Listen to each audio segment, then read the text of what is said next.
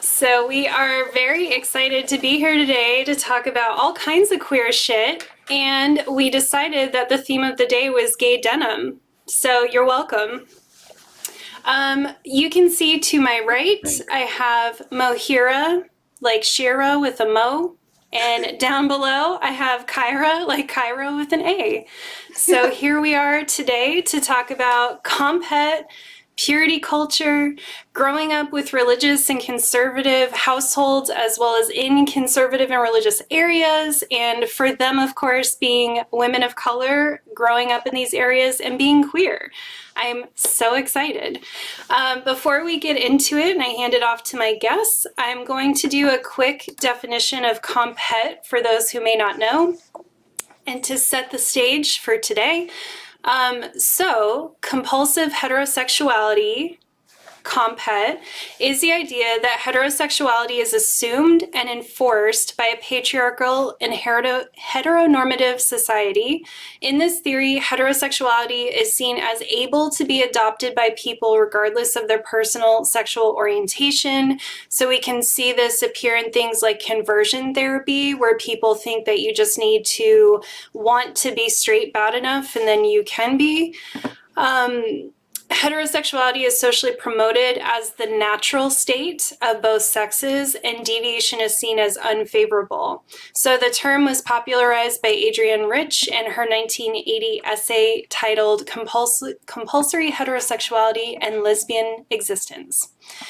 Some other examples of how this is achieved, and there's literally countless examples, and we'll probably bump into some today, but you can think of things like how we consider someone a virgin until they've had penis and vagina sex, right?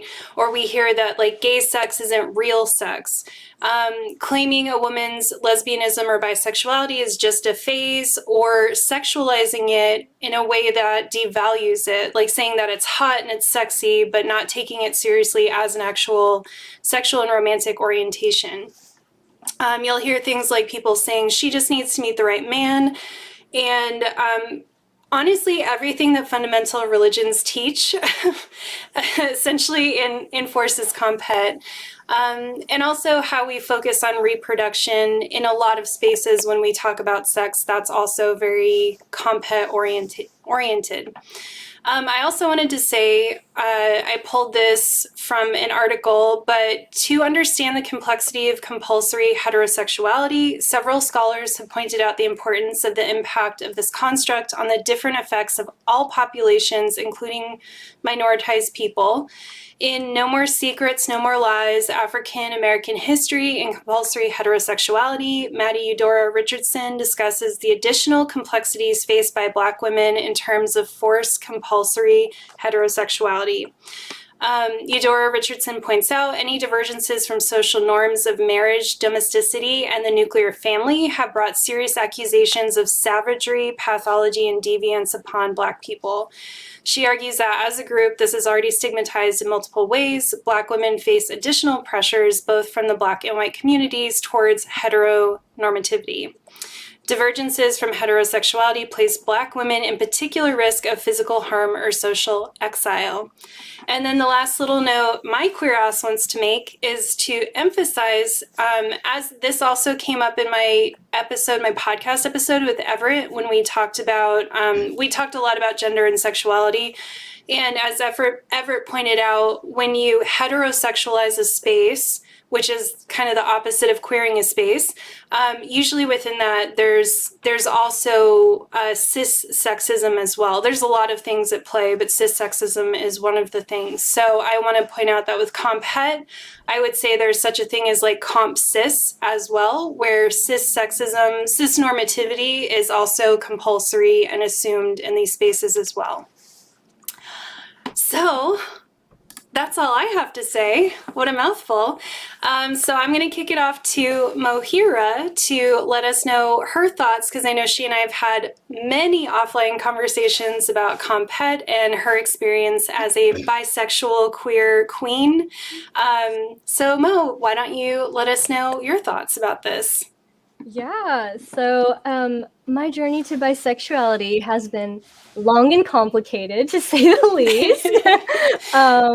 Yeah, so I think kind of to start off, for me, a really, really big part of, my kind of experience with like discovering like later in my life. So I'm 22, and I came out as bisexual last year. So, I've kind of like a newly discovered bisexual myself. So like somebody who kind of came out like a little bit later in life, for me, like the biggest thing, first of all, was my upbringing with particularly my mother. So my mom and I have a pretty tumultuous relationship. She is a bit like, so she's a narcissist, and she's also pretty emotionally abusive, and that's kind of been a way throughout like my life. And one of the biggest things that she kind of instilled in me was that other women were my competition. So I was always compared to other women, especially like to my own mom. Like she would always talk about how like she was very desirable. And, like when I was in school growing up, like I was not desirable like at all. Like literally a guy would not even high five me, let alone like have interest in me. And of course, like I'm from the South, so I was born and raised in Tennessee. And you can imagine like what that was like for me. And so I just kind of, over time, I think I just subconsciously developed this like hatred towards women, because I was like, well, I always get compared to other women, and I'm always told how like I'm less than other women, and all these other women are wanted by men and I'm not wanted by men. So I think like subconsciously, I just really didn't like other women. And I also had that thing in my ear, like with my mom being like, oh, I just never got along with other women. I was always like with the guys. I was like one of the guys.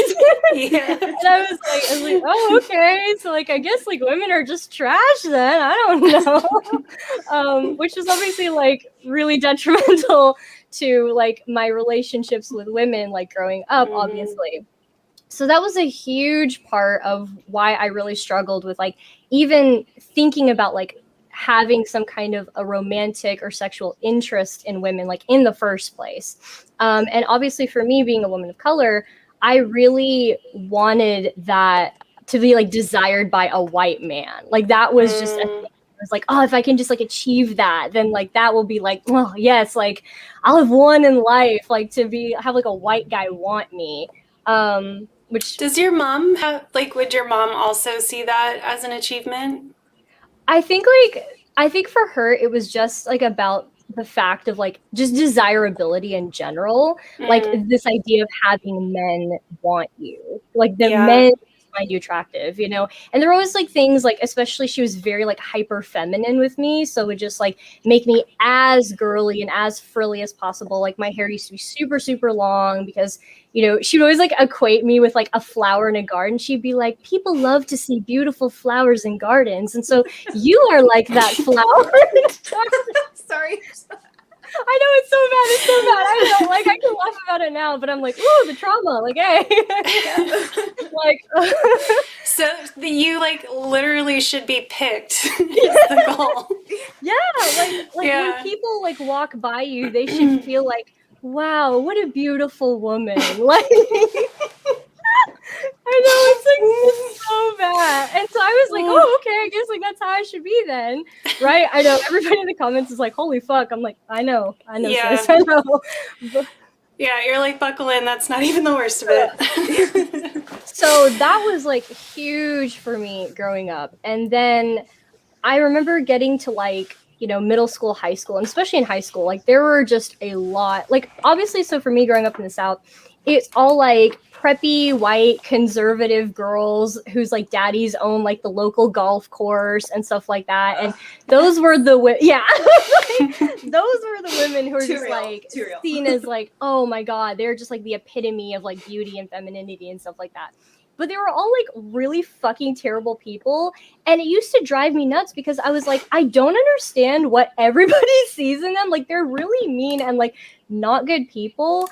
And so I even kind of like further developed this kind of like frustration with women because I was like, I don't understand why people like want all these like really mean and hateful women, even though like the guys would be like terrible and absolute like worthless trash too. But then that's like misogyny, right? Like, oh, we're just taught like we need to respect, you know, like, oh, we need to respect men, and like being desired by men is like the best thing that you can achieve in life, even though they're like literal trash and are like men ain't shit. Like, right?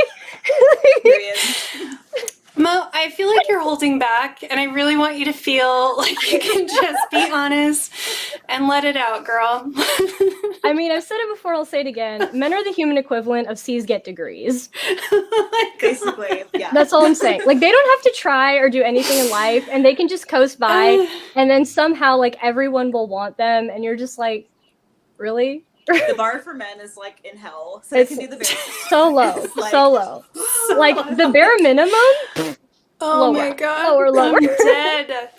I was just watching the show I was telling you about, and this white guy was talking to this queer black person, and he was like, I've had a really hard life.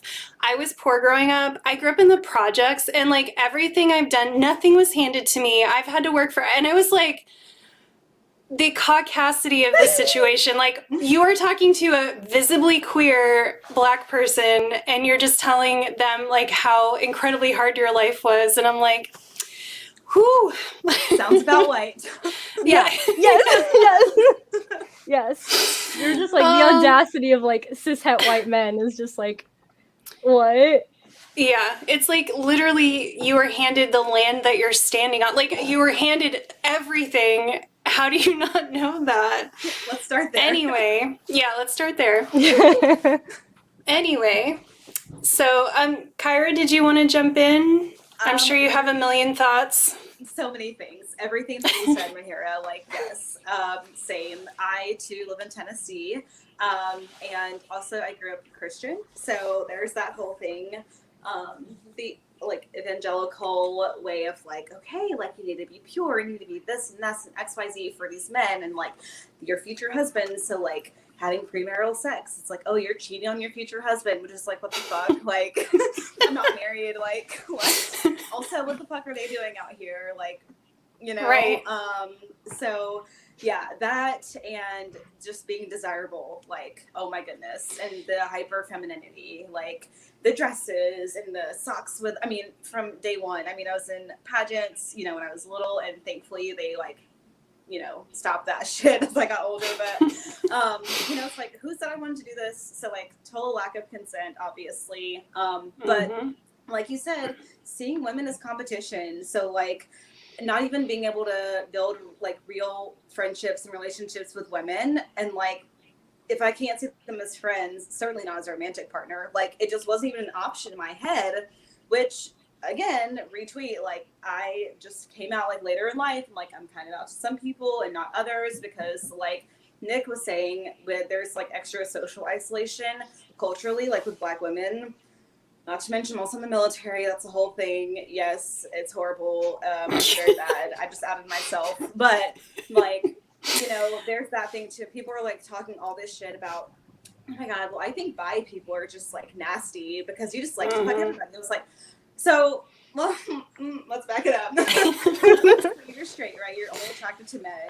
And this person was like, yeah. And I was like, okay, so, you know, do you want to fuck every man you see, right? Like, you have a type, like you have some people you're attracted to and some you aren't. So just because both sexes are an option, or all genders are an option, doesn't mean that you're just like legs wide open for everybody. Like, it's not, that's not how it works. You know?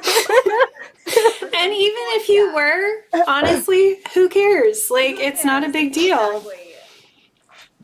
Oh my goodness.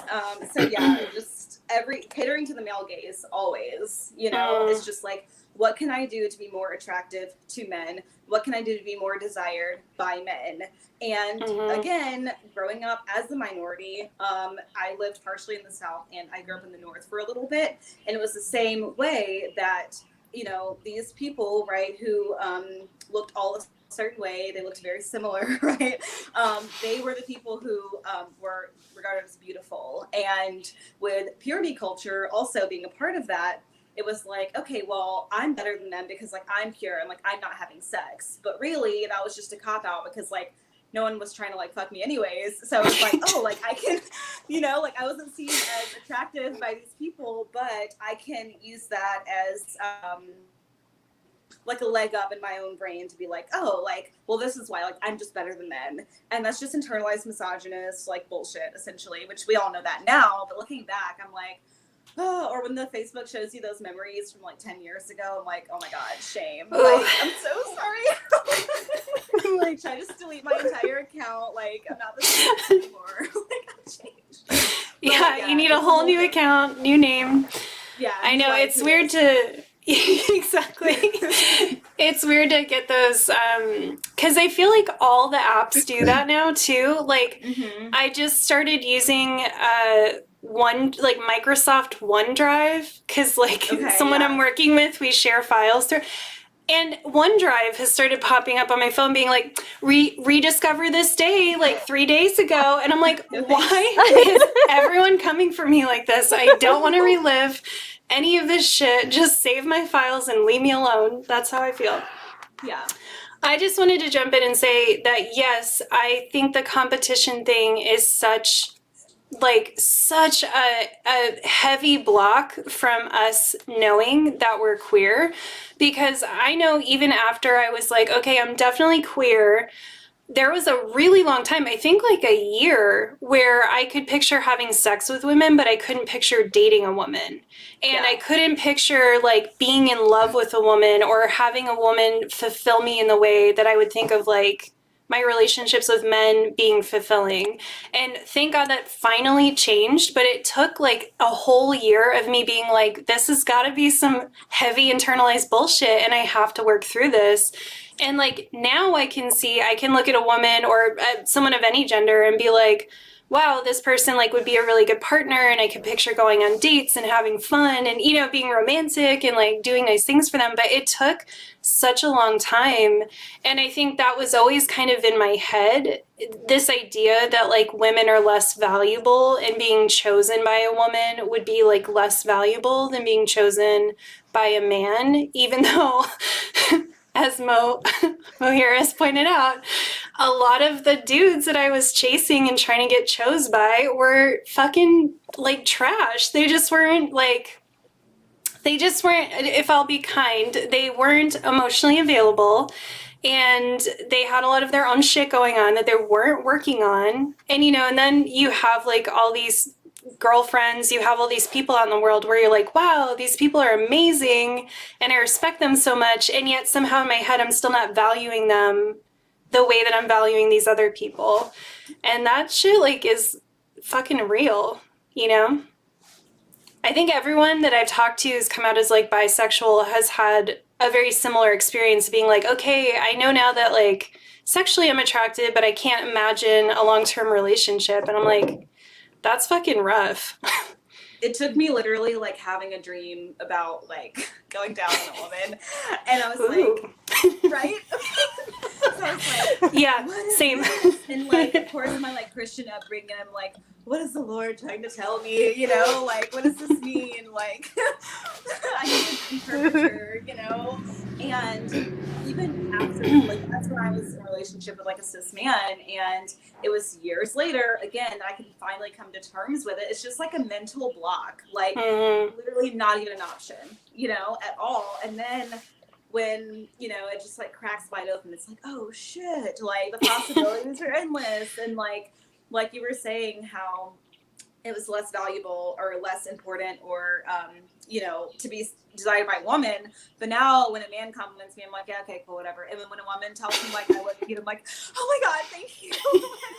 Thank you so much. Like, I'm just like bawning. And, you know, when guys say anything to me, I'm like, yeah, don't breathe my air. Like, you know, complete opposite now. But I feel the same way. It's totally flipped now. Mm-hmm. Yeah, I think for me, one of the biggest things was like I had gotten to a point in my relationship with my mom where I had finally understood like all the toxic things that she had like instilled in me growing up. And so I was like, okay, there's a lot of really bad shit I've internalized. So let me work through that. And so that at that point, you know, I was in college, and obviously like I wasn't around the same people I was with like high school and stuff like that. And so I'm working through all this stuff, and then I'm actually making like female friends. So, you know, I was in engineering, and like I'm making like just meeting other women in STEM who were like very similar to me. And I actually felt like we like really got along and really connected. So like having like really good, genuine female friendships was like the first thing that was like, oh, okay, like, yeah, now I see it.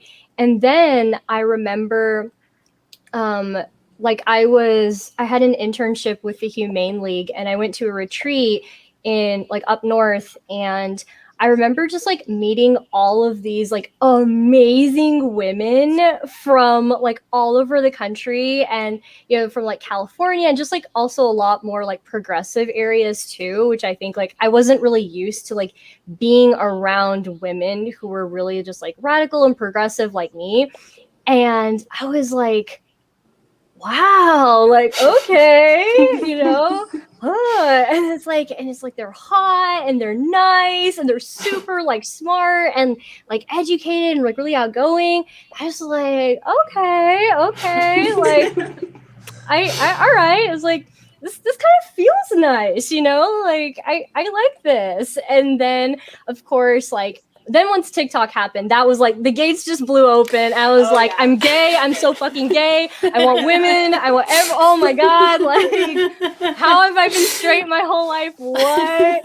I'm like, and I like distinctly remember just like seeing this like really hot soft mask lesbian on TikTok, and she was doing like a bachata kind of dance. And I remember thinking like, I want her to do me so bad. Oh my God. Oh my God. And then that was the moment I was like, sis, I don't think you're totally straight. I was like, oh, okay, yeah. I think I don't think I'm straight anymore. Yep, nope. Like, I can see it now. All right, I get it. I think the pandemic did that for a lot of people, right? Because like Yes. that's when TikTok got huge, and like you see all these people coming out now, whether it's like celebrities or your average Joe or Jane or Jill or whatever. And so for me, I kind of knew. Oh, I was in a 5-year relationship with a cis man, and I was unhappy for a really long time, happy, and for many reasons. But I was like, listen, we need a break. Like, it was just too much. So I was like, we need no contact. And so that was like in February. So right when the pandemic was like ramping up. So in January, right in February, I'd also gone to this gay bar in town, and oh my God, like, can you say like slut vibes? I was like, oh, you're gonna buy me a drink? Yeah, cool. Like, make out with this person, that person, like, again, the fucking Snapchat memories was like, oh, on this day, I'm like, damn, like, I don't remember who that was, but like, she was hot, like, it was amazing. And I was hanging out with my best friend a lot because we worked together, and so it was kind of our quarantine pod. And so we were hanging out, we were working together, and that's a plot twist. Spoiler alert, who I'm married to now. So Yay! that's the whole thing. Yeah, and it was funny Love it. talking about it. Yeah, we were drinking margaritas, and we were sitting on their couch, and I just got up and I went to their backyard and I threw up and I got back in and they kissed me. I was like, okay, cool.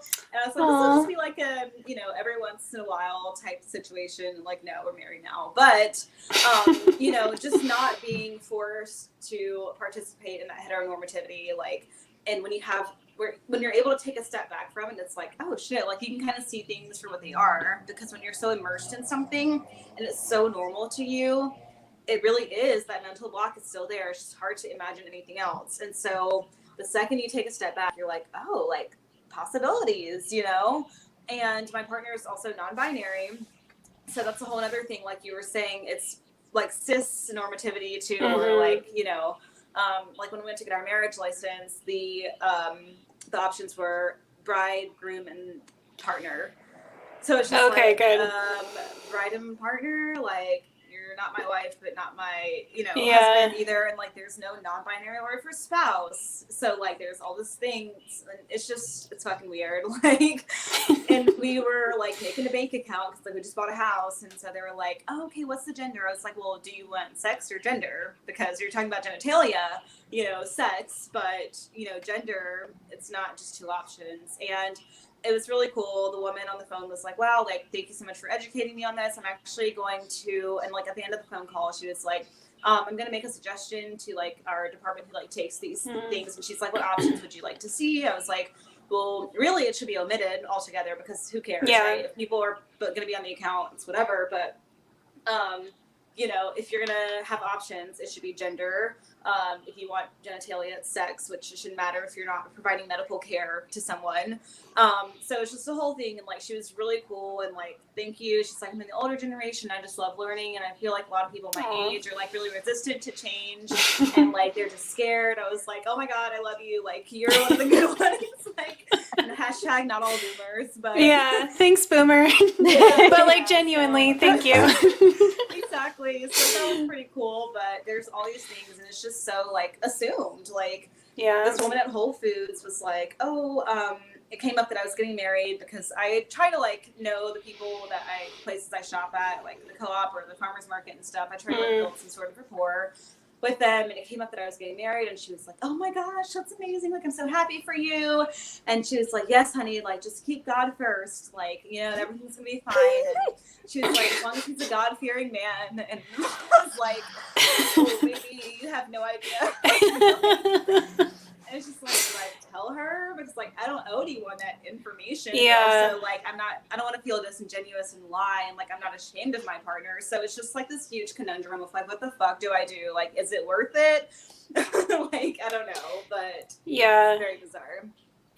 That is a weird thing to deal with, because I deal with that with my gender a lot, where I'm like, do I bother to make this an educational moment, or do I just like go about my day, you know? And is it Exactly. safe? Like sometimes you're not sure how safe it is, and yeah, it's a lot. So yeah, I can imagine.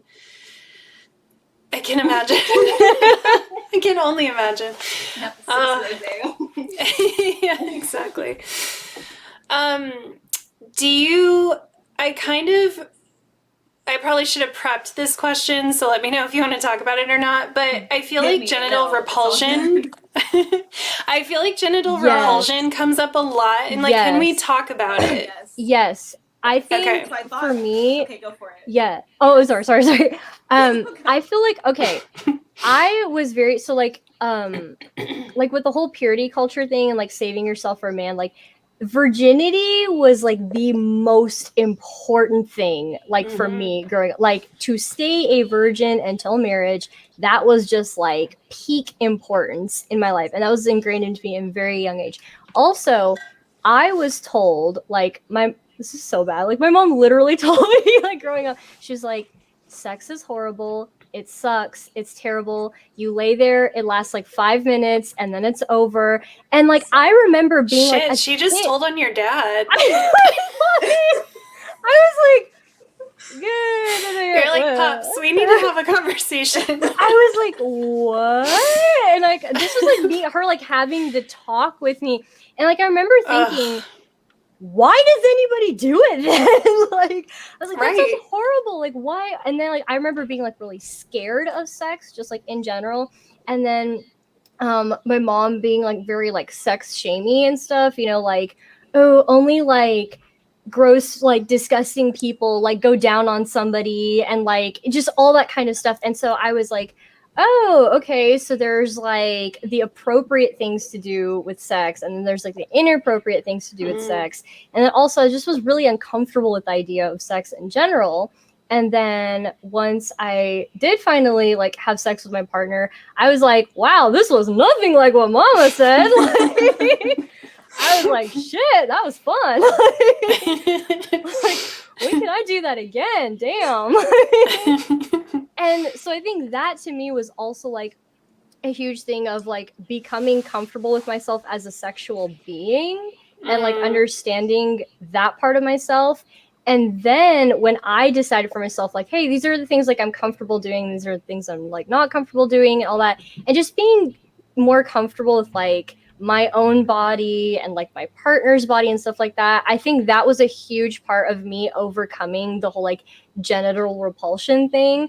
And then like when I actually had like a dream of like going down on a woman, I was like, okay, yep, I'm bi. I'm bi. Yeah. Yeah. Yeah. So I don't really know what to classify myself as. It's like, oh, lesbian, like I'm gay as fuck, and then like I'm a non-binary partner, so it's like, you know, what the fuck, labels, right? Right. But yeah, I remember being with like my male partners, and like if it was like a one-off like hookup type thing, it was fun. There was excitement around it. But like in my long-term relationships, I was just like, oh, like here we go. Like it was really a chore, and it sounds like, and you know, and that goes back to like the bad sex versus like, you know, assault type of thing. It's like, am I really enjoying this? Like my body language cannot be telling you that I'm enjoying this, yet you're continuing. So it's just like, what's going on here? Like, right. And you know, for me personally, like when I think of like penises, I'm just like, I don't know. Like, I'm not like, yeah, let me hop on that. But yeah, I don't know. It's just so odd, and it took even like before then when I was kind of like more into it and, you know, less in tune with myself, I really couldn't enjoy sex because it was like, oh, I'm not married, like this is a sin, like I, you know, there was all this baggage that came with it. And so I would like completely dissociate and be like, okay, cool, that's over, awesome, 30 seconds, amazing. Like, and when I came out to my parents, and same, Mohera, like my mom is like, well, you know, you could be happy with a man if you really tried. I'm like, I'm sorry, what? Really try? Like I have to try for so many things in my life. And being happy with my literal lifelong partner is not one of them. Like, do you wake up every day like, all right, let's try to be happy? Like, if so, like, Dad, I'd be asking some questions right now. Like, is that the life you're trying to live, the life that you want for your child? Because like that ain't it. Like, I'm not trying to wake up and be like, all right, I gotta really try to be happy today. Like, fuck that. Like, no, that should be one of the easy parts. Like, I'm not saying relationships are, rainbows and butterflies. What the fuck? Like, being happy is like the bare minimum. It just you would think. Difficult. So yeah, one would think. One would think. Did you struggle with like concerns about vaginas and all of that? Did you like when you were in this process? When did you have that dream? So there was the dream, and then when I finally like was in the situation, it was so intuitive. Like, I didn't feel nervous. I didn't feel like, of course I was excited, but it was just very like natural, it's like, okay, I have one, like, I kind of what feels good. And like, I joke with my partner and they're always like, you're psychic. Like, it's fucking creepy. But like, I'm in tune with myself and like other people, and I can pick up on like what they're liking or not enjoying. And they were like, this is your first time? Like, you're definitely, slight brag. But anyways. Yeah, like, no big deal, but I'm just kind of a sex goddess. Don't worry about it.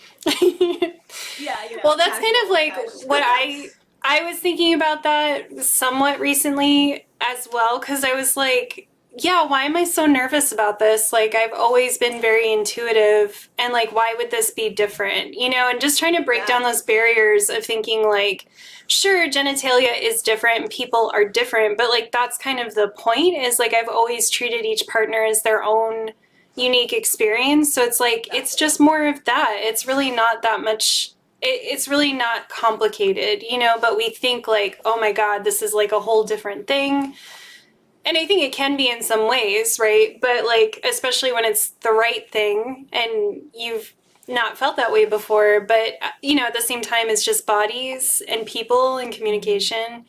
Yeah. That also goes like back to, I think, us being conditioned that like vaginas are dirty, right? Yes.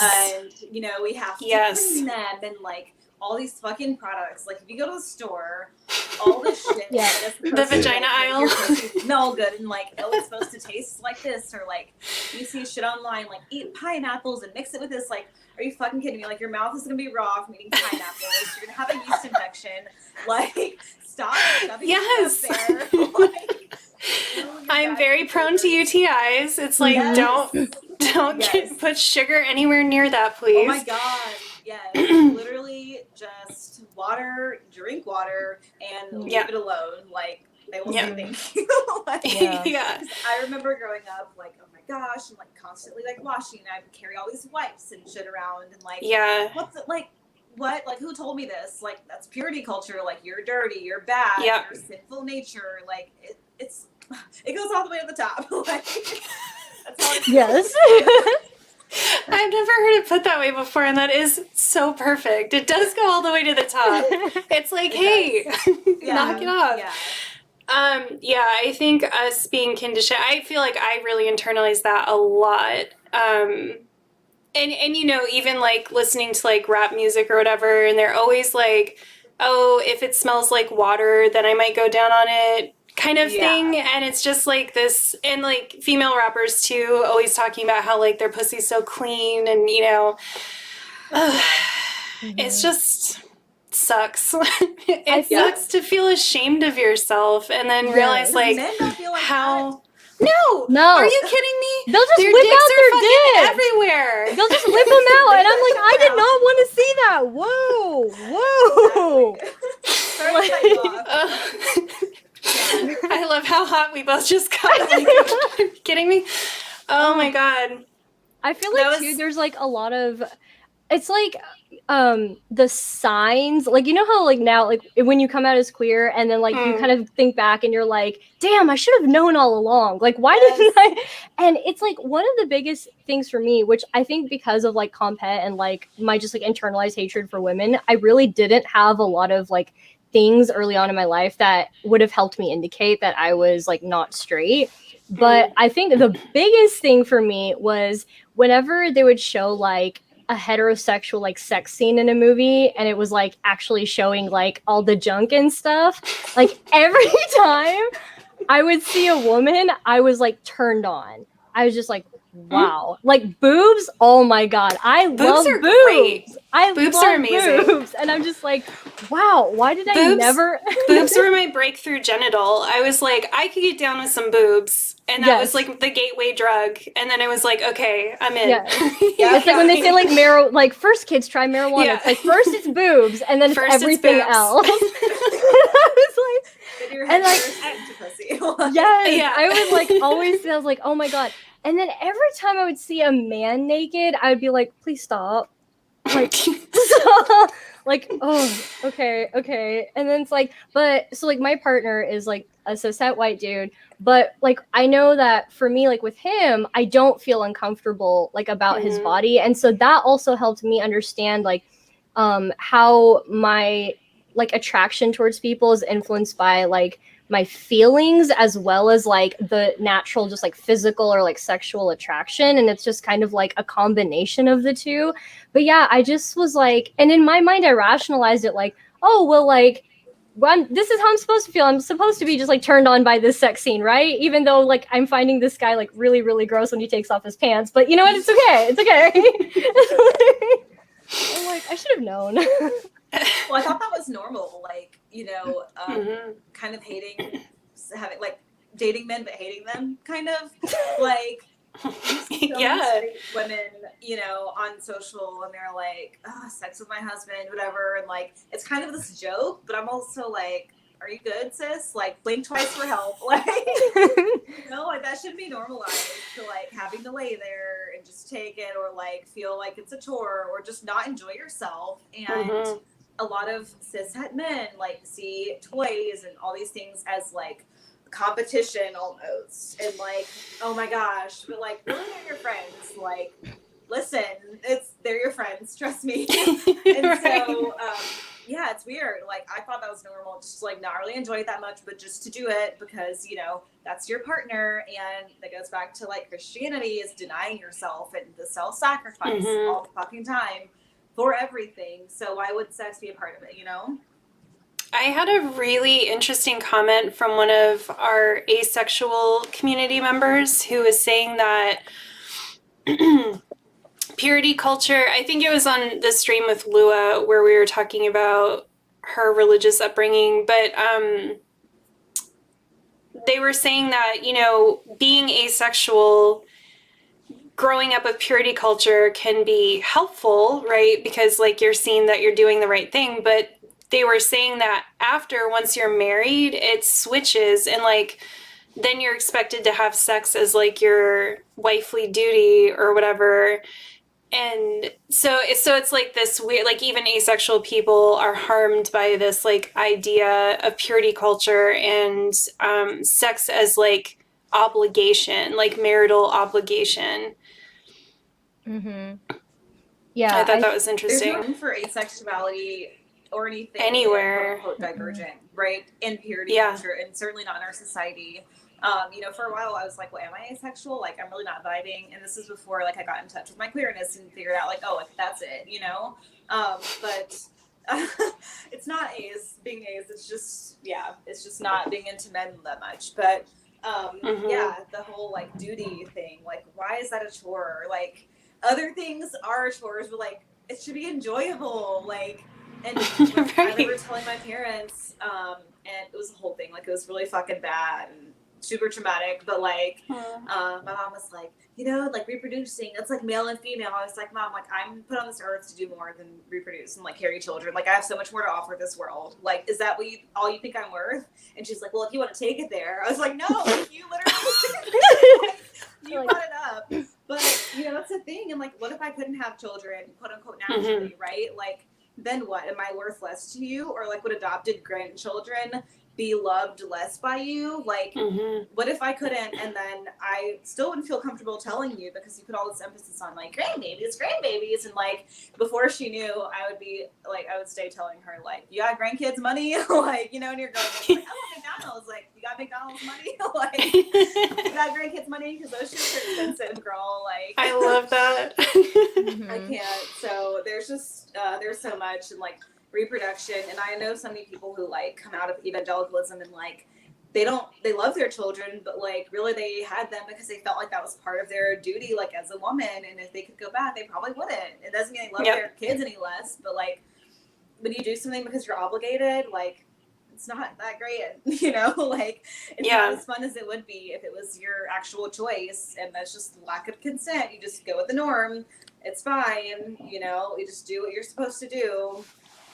So it's and it ties so much into rape culture too, because it normalizes that, like, women not really consenting or enjoying the sex that they're having, and that being very normalized for men.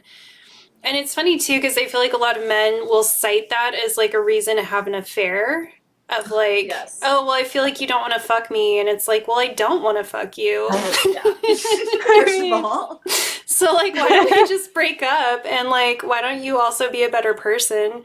But, yeah, I look back on some relationships that I had and just it, like, chills me. And I'm having to process sexual trauma from that kind of dynamic where it was like, well, you know, I need sex every day, so you just need to give it to me. And that's like part of your job here in this relationship is to like sexually please me.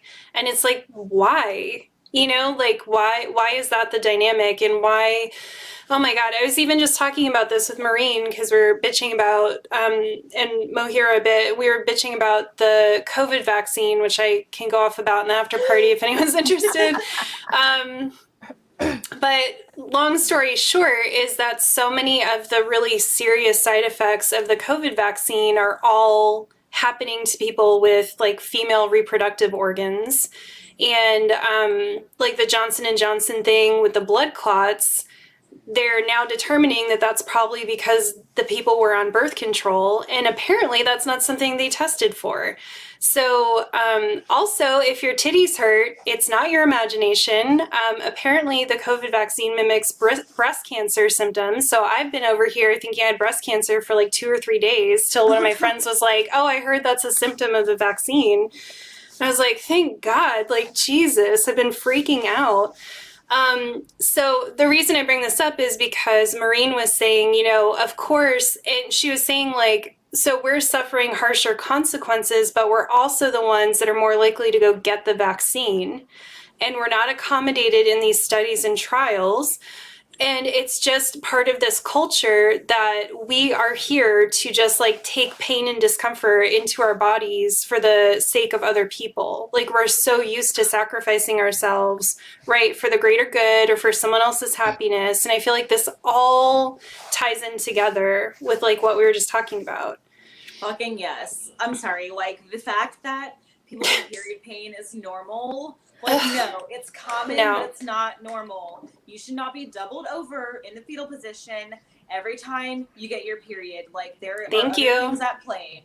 The first time I had a panic attack, I literally thought I was having a heart attack because I literally I've never been an anxious person. So I'm like driving. It's a very calm day. Like, there were no triggers. I was having a great time. Then my heart just starts fucking racing. Check my Apple Watch. My heart rate is like 150 something. I'm like, okay, not normal. My dogs are in the car with me, so I'm like, well, I can't really pull over, and I'm going through this town. I'm like, probably not. Let me just keep on rolling through, like, not trying to be hanging out here tonight. Wink, wink. Literally hanging. So I'm just gonna keep on rolling. We'll wait till I get to the bigger town. But like, I finally went to the hospital, and they were like, they were doing my vitals and this and that. And I was like, oh, like, by the way, like, I'm not on hormonal birth control, so it's probably not a PE, like a pulmonary embolism, but, like, they didn't even ask me that. Meanwhile, I know there's, like, a black box warning for a lot of these medications and stuff, and it's not that it's not useful for some people, right? Like, it's about informed consent. Tell Yeah. me what the risks are, and if that still works for me at that time in my life, then yeah, like let me do it, knowing everything. But feeling Exactly. like you have to hide things, like don't be fucking shady about it. Like it's my body, and don't just like try to hide shit. I don't appreciate that. And like people just like, why would they control for that in the clinical trials for COVID, right? Like Right. you control for Right. things that could be like a possible interference, but no, it's women. Like they don't even think about it. Just like we weren't part of so many trials that contributed to medicine and literature that is applied to us, right? Mhm. But so how does the science apply to us? We weren't part of like creating the science. Like the math ain't mathin'. Like fucking they didn't Exactly. make that up. Yeah. Yeah. Exactly. Sorry, I just No, Mhm. I'm like trying That's to one thing. hold myself back because I could go off about this for like the rest of the Yes. time. I won't do it, but I will just say that yes, and this happens in so many different ways. Like when I looked up the different vaccines, one of the things I was looking for was like weight, because I'm heavier than I used to be, and I was like, I know that there's thresholds that they don't test over because they like fat people don't exist or deserve life, I guess. And that was one of the reasons I went with the Pfizer one, because it worked. It had better efficacy with people over a certain weight than like the Moderna one did. And it's like, these are all the things that we have to think about, but like the fucking scientists aren't thinking about, right? Like we have to worry about this shit. And yeah, I just, especially the birth control thing, it just blows my mind because it's like all of us are pushed onto birth control if we have any kind of issues at all with our cycle. And then, yeah, it's a thing that's never considered for these clinical trials. Yes, totally. Infuriating. I think too, like, Infuriating. I think like as a society, women are basically like seen as almost like second class citizens kind of. Mhm. And I think that's just like in general, like we just kind of get like pushed down like the totem pole sort of. And I think I think that plays a role in like understanding like your sexuality, but also like being like growing up and being in the South, and then also like going to church and stuff like that. Like you just like hear that a lot. It's very like, wives, be submissive to your husbands. And I was like, fuck that. Like, I was like, do I look like a submissive bitch? Like, Okay. no. And I just like remember always like hearing that stuff and just feeling like really uncomfortable, because like I wasn't raised Christian, but like around middle school and that I basically was just like really depressed and stuff. And my mom had a friend who started bringing her to church, and so then I like also started going to church, and then it was like a good feeling, like, oh good, like when I die I'll have somewhere nice to go and all that, and that like made me feel better. And so I would just like kind of buy into it.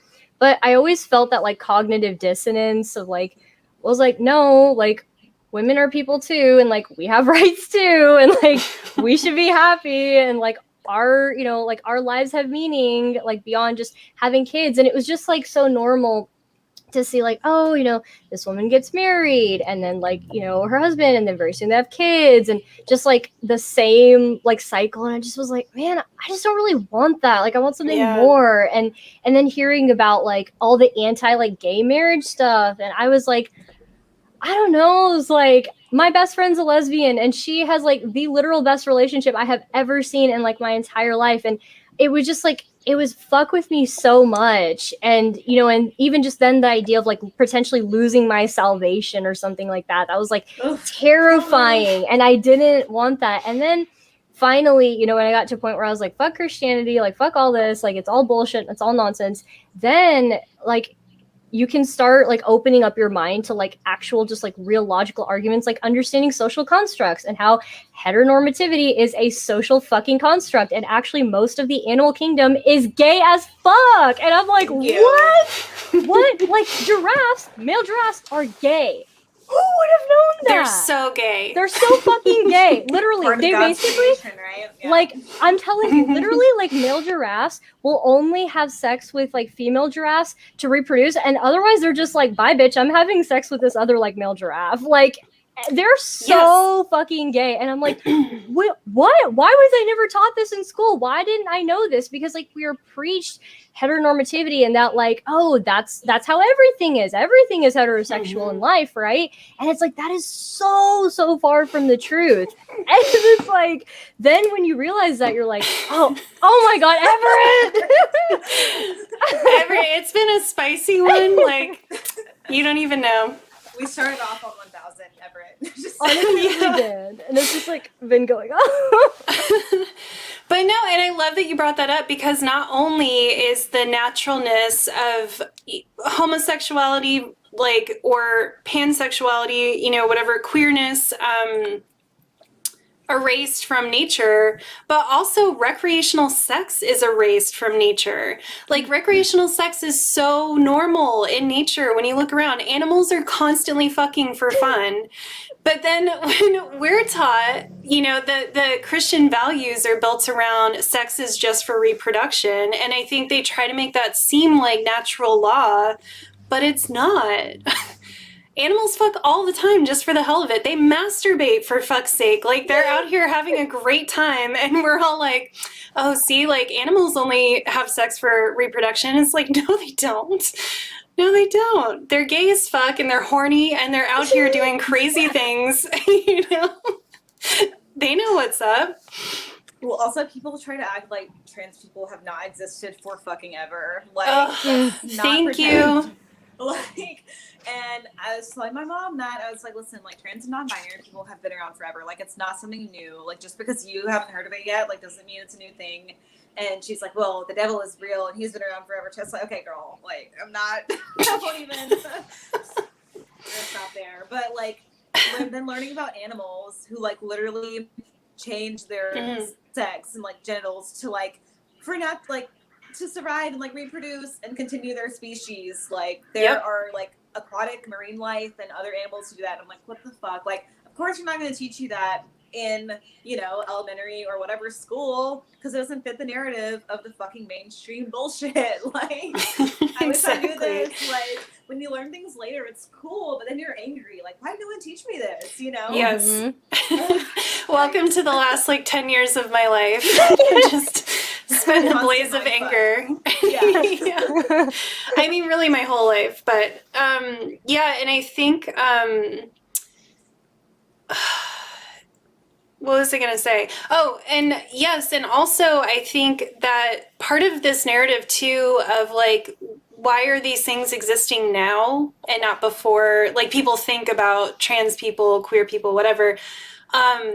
It's like also though, like these categories didn't always exist. Mm-hmm. So that's a part of it too, is like back in the day, a trans person or a queer person didn't need to identify themselves in that way because there weren't categories to be fighting against. And obviously I'm talking like way back in the day, but like, yeah, there's so much, there's I shouldn't say so much, but there's evidence that like for us, these constructs are pretty new as a species and that we were also like animals in the sense that we just kind of flowed and didn't really feel the need to label these things. And so I just think it's really wild. Like it's definitely like oppressor logic to be like, oh, I created this category and now I'm like, well, who are all these people who don't fit into this category? And it's like, well, you just created it though. Like you put that on everyone else.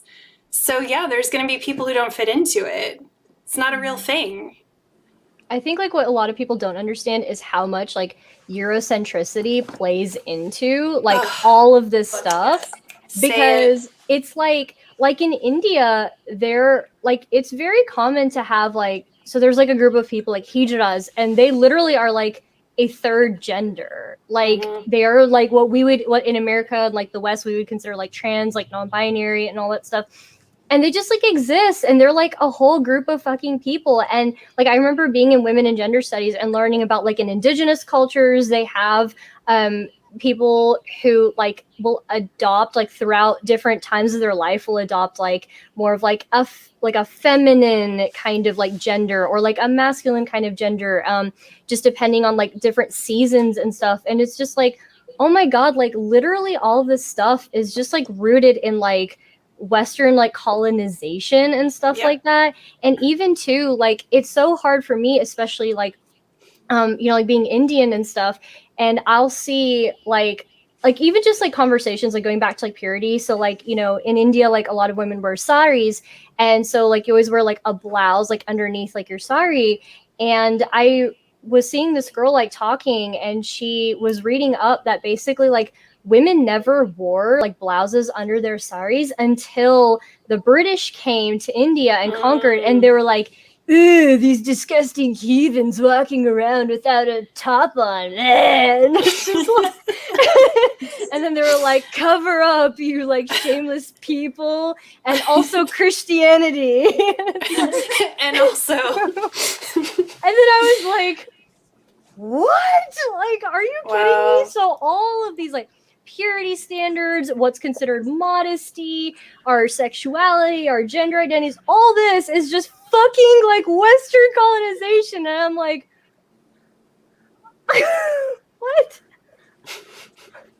Yeah, it's really bad. Was that the understatement of the year? Nick says colonization, it's really bad. Don't do it. Yeah, no, that's why I love reading about, you know, just other cultures and also how things have been historically, because I think it does highlight so starkly what really is a construct of like a tool of the like oppressor and why, you know, because I think too, like, I think we assume that these things have a certain logic and make sense. In like a good way, like, oh yeah, it kind of makes sense for us to have these structures. But I think once you actually understand the mechanisms of why these were created, then you're like, oh, I get it now. Like, this was literally meant to oppress people and to keep people from themselves. Yeah, it's not good. It's not good. It's not Put good. it on a t-shirt. That would do it. No bueno, no bueno.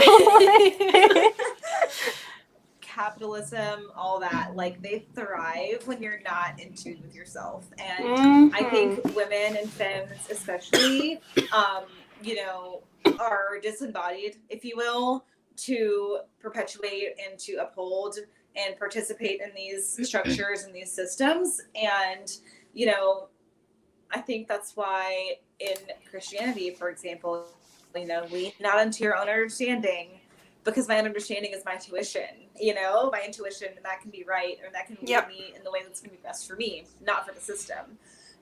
And so I just think these systems that oppress us rely on us not being in tune with ourselves. And so when I finally was able to like see through the bullshit and listen to myself, it was scary because I was like, okay. And like, you know, evangelicals would have you believe that like once you know, stray from the Lord, you know, and do all these things, like your life is just gonna suck and be awful. But like there's so much like abundance in truth and like living your truth and being yourself. Like this is totally off topic, but you know, love it. We adopted, right? Brand for days, like, on brand. On brand for the show. Yeah. Dog who like we found like chained up, like heartworms, fucking ribs sticking out. It was so bad. I was like, we couldn't leave her like this. Like, we have to take her in. And so this was like after I'd come out like on Instagram and stuff and like showed my photos and like been like, yeah, gay as fuck, what's good. So like people who I wouldn't have even imagined like were donating to her like heartworm treatment and stuff. Like we have not had to pay a penny out of pocket so far. Like when we went to get married, and we were gone for like 10 days, and I was gonna put my dogs in this like lodge, and it's like the fucking bougiest shit in our city, to make sure they were taken care of, and like I can spy on them and stuff. And like someone anonymously paid for like almost $1,000, literally, for them to and just like people have been so supportive and so loving, and it's just like, you know, the oppressor would have you believe that when you live your truth and listen to yourself and like, you know, like I said, live out your truth, like that all these bad things are going to happen. Like you need to listen to the Lord only, or, like follow the narrative. But really, like, that's not the case. Like, I've seen it firsthand, and it's just like, it makes my head spin. I'm like, whoa, like, that's actually a thing. Like, I'm gonna be fine. It's okay. Like, I'm not gonna burn in hell. Like, it's gonna be fine. Yeah. Every time like a Christian person though is like, "Ugh, gay people are gonna go to hell," and I'm sorry. Okay, just quick clarification. So all the gay people are gonna go to hell together. So Sounds like a good time. I was like, so we're all gonna be there together. And they're like, yeah, and I'm like, cool. Say less. It's like I'm packing my sunscreen, working on my base tan. I'm ready. Well, that is funny also in the reverse, because I'm like, wait, so it's a bunch of people like you are in heaven? Like, no, thank you. I don't want to hang out with all of you. That sounds horrible. King Cyrus was saying, there are murals of the time of Ashoka women being bare-breasted with many of their clothing. It's true of Mesopotamia. And I would love, if anyone needs an idea for like a dissertation or something, I would love a research paper sent to me about the role of like breasts, the sexualization of breasts, and like colonization, because there's got to be a whole fucking thing there. Okay, I was like watching, I think it was like a part of like a documentary or something, and basically like it was something like these people were talking about like breasts, like, you know, how boobs get sexualized and like Western culture and all that stuff, and they went to these like tribes, like I think in the East or something like that, and they basically were asking like because like women will like, you know, walk around like without tops on or like showing, you know, like their boobs and stuff, and the people were asking like these tribes like, hey, you know, like what about boobs? And they're like, what about it? And they're like, and they just were like, I don't understand what you're asking. And then the people had to explain, they're like, oh, well, like in the West, like boobs are like very sexual. And literally the people are like, silly Westerners, like, what is this? I love it. And then I just was like, yeah, so it's like just so strange to me that, and like also it's here, like being like in America, like we're told like, oh, like boobs are just naturally the sexual thing, and everybody just sees them and like is just like, oh my god. And it's like that is literally factually incorrect, and it goes back to again like Eurocentricity and our social constructs, again like created to shame women and keep them oppressed with respect to their own bodies. Yes. Which is why like fucking poor children, babies are like eating under blankets and shit, or in like a nasty ass public bathroom. And like I have friends like who nurse their kids and stuff, and like I'm always advocating for, like, someone says, I'm like, do you eat your blanket, like do you eat your food under a blanket? Like are you gonna have your lunch under a fucking quilt today? Like, yeah, you're really grossing me out with your chewing. Can you please put a blanket over your head? Right? And like I would love that. and like the sexualization of Black women. Like I remember being a freshman in high school, and I had on a tank top just like all the Jessicas and Laurens and Shelbys were wearing. And you know, I remember getting called to the office, and I was like, okay, weird, because it's a fucking goody two shoes, so like I haven't done anything.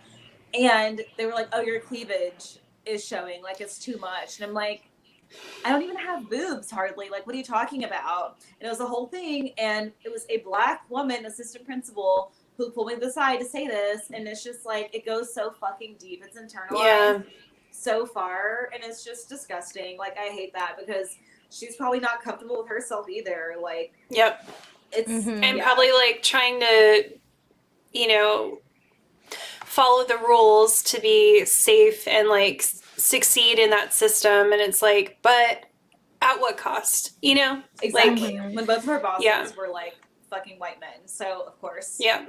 It's so complicated. I used to I would get called on my clothes more often than my coworker, who was very thin. and I'm like more curvy, and same thing, we could be wearing like the same length skirt and I would get like called in and she wouldn't. I mean, it's different, but like it's also just the way that certain bodies are policed more than other bodies. Like my body was seen as more sexual because my coworker was like very thin and not very curvy, you know, she was pretty like straight, and I'm like very curvy, and yeah, I would always get shit for my clothes. And I'm like, she's literally wearing like the same thing. But I like it would just look like at work, inappropriate on me, you know? And yeah, just having boobs in the world sucks. It just sucks. Yes. I feel like also too, like a lot of these like dress code, like modesty kind of things are very neglecting of like other cultures, because for me, like like in Indian culture, it's very common to have like your midriff showing like in clothes. Like that's such a common thing, and like literally nobody would bat an eyelash. And then I just kind of then started noticing that like if something like, if you know, me as like an Indian woman, if I wore something like that in like a setting of like American people, it would be seen like what I was wearing would be seen as like inappropriate because it was like literally just showing my midriff. And I was like, dude, I don't know how to explain this to you, but like this is totally normal where I come from. like literally nobody would find anything wrong with this at all. And like, yeah, I was like constantly like dress coded for like wearing stuff that was like totally like appropriate and fine. And then like the preppy white girls would never get that. Like that would never happen to them. And again, like I think all that just goes back to like also as like a woman of color getting really frustrated with like white women, and like white women were the only kinds of women that I was really around, and it just was like, they suck. Why does everybody like them? Yeah, 100%. The cultural thing goes even further than like, you know, modesty, even hair, you know, like especially being in the fucking military. Like I was young and dumb and I'm still reaping the consequences, but like, you know, fucking like my hair, or like the way it grows naturally, like it's curly, it's huge, you know, and it's big, and like that's unprofessional. But like someone can roll up to work or school with like wet hair still, like straight out of the shower, which like I think that's fine, but I think it'll be fine for me too. But I literally just less than a year ago wore my hair like out, like natural, as a fucking 25-year-old. Like that's ridiculous, right? Like why am I just now comfortable? Like even it was even more recently that I wore braids for the first time, and like I've gotten these faux locks for the first time because I've always been in, you know, like my hair had heat damage for so long because I was just trying to straighten it so much. I got relaxers, like chemical shit, you know, and it's just like, this is damage to myself and my body for the greater good that is still not even recognized. Not the greater good, sorry, the society at large, right? This system that's not even recognizing me as equal or worthy still. So I can do all these things, but it doesn't matter because I still am who I am, right? Like you can try so hard to fit into this box, but like you can make it through. Like, oh, not quite, because you're this or you're that. So like, what gives? And so I was like, fuck it. Like I'm gonna do what I want, you know, with my hair, with my body, like. And my partner has helped a lot because like they're like, oh, I love your hair like that, or like, wow, like you look so beautiful, like tan, you know, like, and just hilarious. We're on the beach and like their family is like, gotta reapply, you know, like, and you're like, yes, same girl, same. I was like, melanin babes for the win, yeah. Yes. I was like, no, trust me, this is different. Like you're gonna. I was like, no, trust me, girl. Like. But yeah, it's just like all these things, and it's just like, all right, forget it. Like I'm just gonna be who I'm gonna be, and like whatever, like fuck it. I'm not gonna try to appease and, you know, cater to this gaze of like men or like patriarchy or just society anymore, because it's exhausting. Like who the fuck has time for that? Not me. And it's damaging to myself, my self-esteem, my body. Like fuck that. I'm good. Yeah, one of my shitty boyfriends, we were talking about clothing or something, and I remember just being like, it's uncomfortable, like I don't want to wear that, it's uncomfortable. And he was like, so? And I'm like, bitch, are you ever uncomfortable 1 minute of your fucking life? Are you ever uncomfortable? no. So get away from Literally. me. But it was so clear that to him it was so normalized that, like, yeah, like, be uncomfortable, that doesn't matter. What matters is, like, how you look, you know? Right. And that, like, it's just, again, expected that, like, we're going to take pain into our bodies to meet everyone else's expectations and please them. And I'm like, get the fuck out of here. Yeah, I definitely felt that with like all the like the male gaze and stuff. Like I remember like getting to a point, so like kind of, you know, I noticed like with like a lot of other Indian women, it's like once you hit that point in your life when you start wearing like saris, it's kind of like, oh, you're like a grown woman now because you're wearing like the big girl clothes and stuff. And I remember like I used to just like love the way I felt in saris, but I like when I went out to places, like I wanted to start wearing some that were just like more simple and more like comfortable, because I used to wear ones that had like a lot of sequins and a lot of like all this stuff. And, you know, because of like how I have to wear them, you know, they'll like poke into my stomach and I'd have like marks all over me and stuff. Like, and I just like, you know what? I just want to wear a sari that's like comfortable and nice and like has a different kind of fabric. And my mom would get so mad at me because she would be like, no, like these kinds of saris are only for like old women. Like you're young, you have a figure, you know, you should want to show that off. And I was like, no, I just want to be comfortable. And I feel like now, especially like embracing my bisexuality, I actually kind of like derive pleasure from like actively working against the male gaze. Like I normally have like I have like a baby face usually. Like if I'm not wearing any makeup, I literally look like a 14-year-old. Like no joke at all. And like usually on days when I'd have like a test or something like that, I would always like I'd like braid my hair into like two braids on the side and I wear like a cap backwards and I literally look like a small boy. And I remember just like looking at myself in the mirror one day and I was like, why do I kind of like this? I just was like, yes, like a man would find me very unattractive right now. And I like that. Yeah. I get that too. Anytime I look like a little boy, I'm like, I'm the cutest little boy, and I'm just so happy all day. I just walk around being like, I'm the cutest little boy. Carrie said male gaze and male gaze always sound the same to me. Same, Carrie. So Same. funny. Yeah, same. Yeah, getting away from the male gaze is like the most amazing thing. It's hard because you have to deal with their shit all the time, but it's like also amazing. It's so freeing. Like It's so freeing. Nice to be able to like walk out the house wearing whatever the fuck, and it's just like, you know, before I would try to wear like, you know, baggy pants and tight top, right? So you can at least see my boobs and like my waist or whatever, and then like, or a baggy top and like tight pants so you can see my ass, and like now I'll wear baggy everything or like super fucking tight everything and be like, just look my way, bitch, you know? But it's never for the male gaze. Yes. So it just feels so much better. But you're right, it takes a lot of, you know, working through shit to get through. But yeah, like I'm good on looking good for a man. I'm like, yeah, I look good too. Well, okay, let me go change. You're like, fuck. Let me try this I gave again. a man pleasure today. Oh, damn it.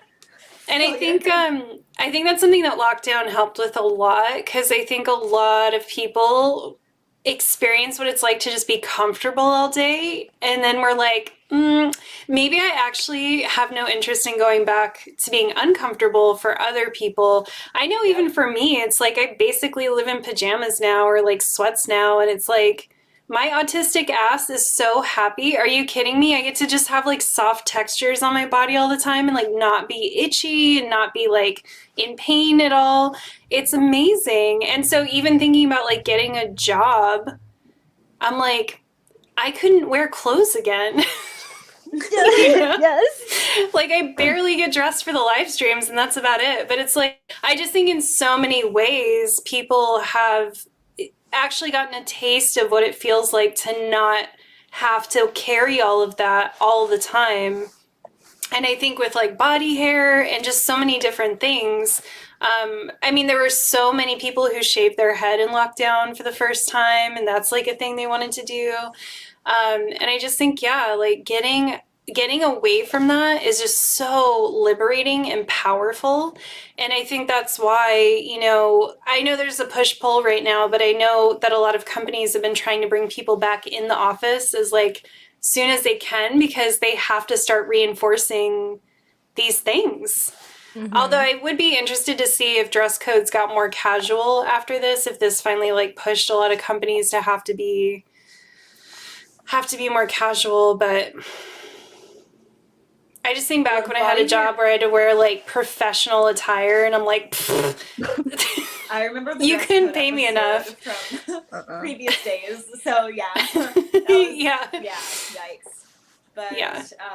no, the body hair thing like goes back to like vaginas being dirty and stuff. Like I remember it was supposed to be like fucking bald, which is like thinking of it now, like that's childlike and like kind of weird. Like now if that's what you like and you know you feel comfortable with, sure, but like when a partner is like imposing that on you, excuse me, it's like okay, like let's dig deeper here. Like why does it need to be like so smooth and whatever? And like I'm not gonna lie, like I paid money for fucking laser hair removal. I would get waxes and all this shit, and you have to deal with the ingrowns and all that. And like my partner now is like, I don't give a fuck. Like okay, like like it's listed, but like let me eat it. Like I don't care, you know. Like, but Yes. so now being someone who also like enjoys vulvas and vaginas, I'm like, oh, I also don't care. So then that can make me feel more comfortable when someone else says, oh, they don't care. Yeah. Like, because I can feel that myself. And like, oh wait, it really doesn't matter. So, anyways, also I just realized. So I set this up on my phone before, and I put my pronouns, and I set it up on my iPad, and I don't have them. So horrible. My pronouns are she, her. Okay. And they is also fine. You're canceled. Don't refer to me as Bye. Yeah, you're out of here. I know, right? It's quite all right. Yeah, that's the thing too. That's what's always been funny to me about, because I've talked at length about how I've had like very different experiences sleeping with different men, and found out retroactively a woman, which looking back, I'm like, absolutely makes sense. Like our whole relationship was so wonderful and just like so open. With her actually, because this was like my high school partner, when I was like 15, 16, like little baby. And I shaved like completely because we were both like, tee, this is gonna be sexy, you know. And I remember when I like got to her house and showed her, she was like, I hate that. Please don't ever do that again. And I was like, thank God, because I hate it too. Yeah, because once I got out of the bath and I looked, I was like, I look like a little girl. Like, I was like, this is so weird. And I was so nervous because I'm like, if she really likes it, I'm going to be, like, that's going to make me feel bad, you know? Mm-hmm. And then she was like, I hate that. Don't ever do it again. And I was like, whew, thank you. But anyway, I've also been with men who, like, genuinely don't care.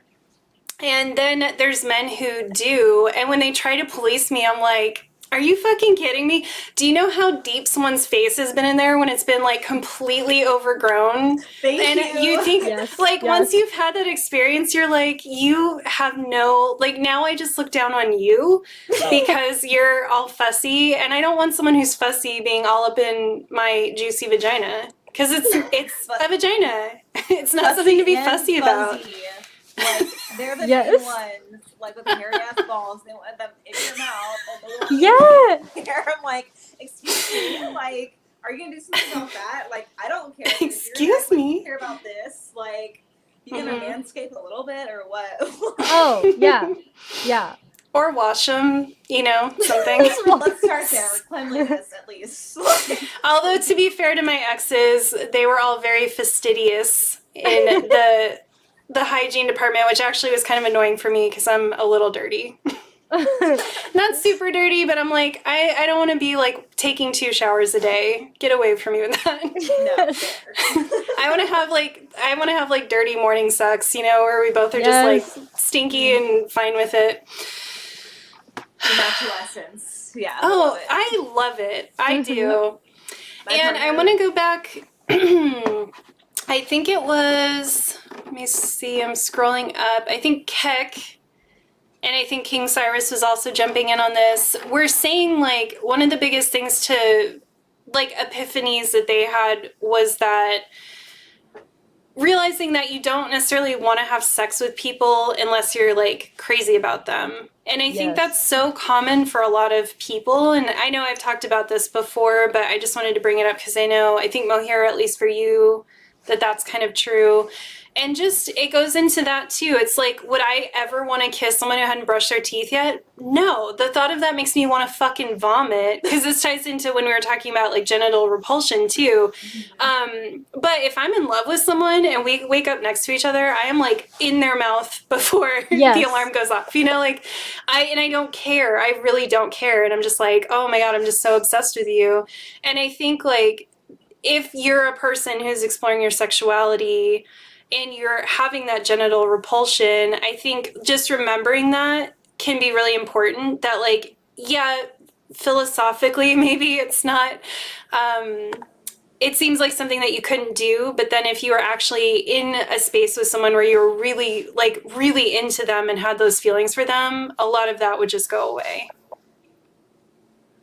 I think the performative aspect falls away too, you know, when Yeah. you have that deep connection. Yeah. Like my spouse and I, like we were best friends before, like strictly platonic. And so all that bullshit of like, you know, as much as we don't want to admit it, we do kind of like, if we have something in common with someone that we're like interested in romantically or sexually, we're going to play it up, right? We're not going to be Mhm. fake totally. But it's like, oh my God, you love this. I love it too, you know? And just like tell me that all the time, like, wow, match made in heaven. But like, when you're not trying to impress them and like, you're just trying to be friends and hang out, like, all that bullshit kind of falls away. And so Yes. a lot of pressure goes away. And I think that the connection can feel deeper and more organic. And, you know, even the sex can be better because all that pressure is just kind of gone. It's like, okay, we know each other for who we are. The bullshit is gone. Like, let's experience one another in this way, you know?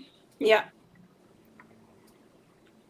Yeah, I think it can be hard too because we never see queer sex. You know, Oh my God, it's, representation. Fucking Yes. it does, and queer couples that aren't like neoliberal nightmares, right? Because Oh, yes. we see like the white gays all over the place, and you know it's like, well, that's not what I want. Like that doesn't work for me either. But yeah, once I started watching those kind of like like soft porn romance movies on Netflix, like the Mhm. lesbian ones, and the gay male ones too. But yeah, then it started to be like, okay, like this is so, because I remember even the first time I saw gay porn, I was like, oh, it's the same, you know, like.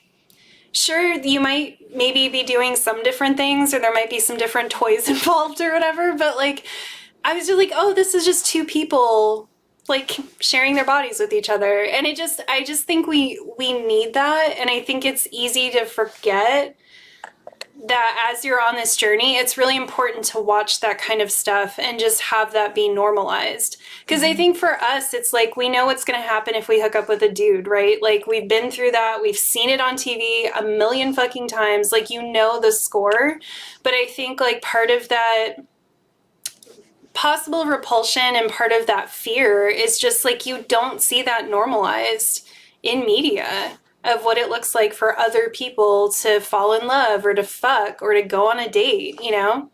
I remember thinking that one day, I was like, what would I talk to a girl about on a date? And it's like, bitch, like you have 500 female friends. What do you talk to them about? You know, but it was like, I did have this moment of like, oh my God, like what would we talk about? And it's like, I think it just part of it's because you don't see that a lot. You don't see two women like having a crush on each other and like going on a date and like the process of them falling in love you don't get to see that often. Like, so a lot of times when we do get, like, say, lesbian representation, it's like, oh, this couple that's already together and they've been married for a long time and they just act like a heterosexual couple.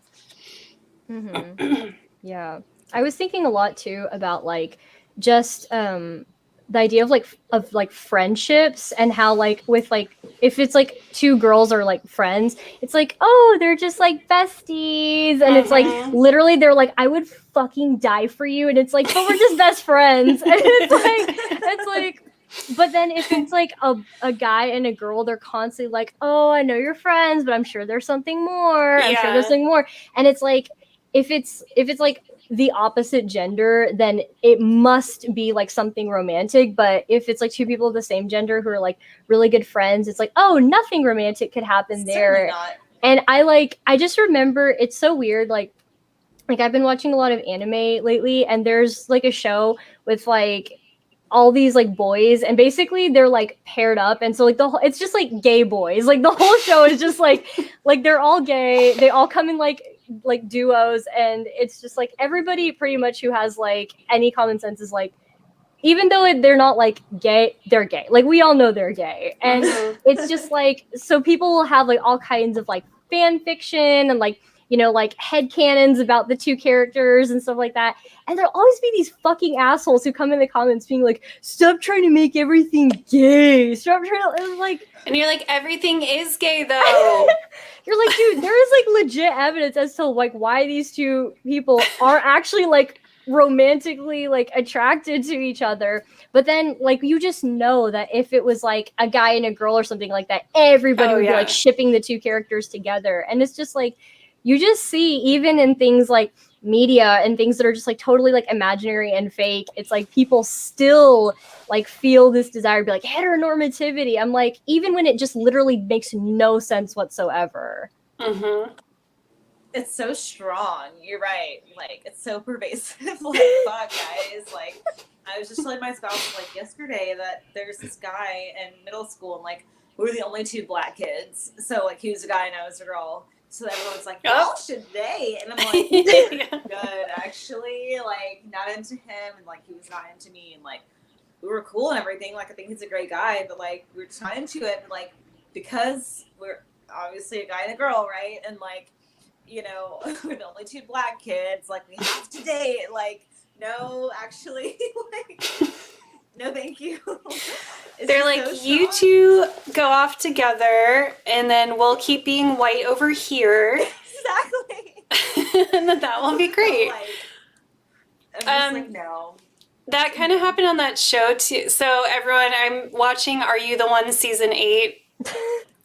And it's as messy, if not more so, than as advertised. But I'm watching it because it's the queer season. They had everyone in the house is sexually fluid, so it's like this everyone can be into each other kind of scenario. And I want to do a whole analysis of this because there's so much to unpack. But there's the queer black person who's there, who is identifies as gender fluid, and they were really into this basic white guy. I don't know why he's so basic. I'm like, baby, you could do so much better. But anyway, this basic white guy kept saying like, oh, I'm just really into like men who are men and women who are women, and like I don't really know what to do with all of this. So he goes to this gender fluid person and is like, oh, well, there's this other guy in the house who likes to wear dresses sometimes. Like, you two should be together. And this person was like, are you seriously doing this right now? Like, because we both like to dress femininely sometimes, like, we should date. And it's just like, people don't know what to do with someone who doesn't fit this like extremely narrow definition of like the default, even when they're not even the majority of people. And it's really, I think it does make it really hard for you to picture something like that. Like, I don't know if you both saw ContraPoint's video about being gay, but she talked about that. Like, she really closed herself off from admitting that she was a lesbian because she's like, it just felt too like stereotypical. It just felt like too, you know, like too weird. Like I'm already a trans woman and then I'm also a lesbian, you know? And she was like, and I got so much validation from being a trans woman that men wanted to be with. Like that was very validating for my gender.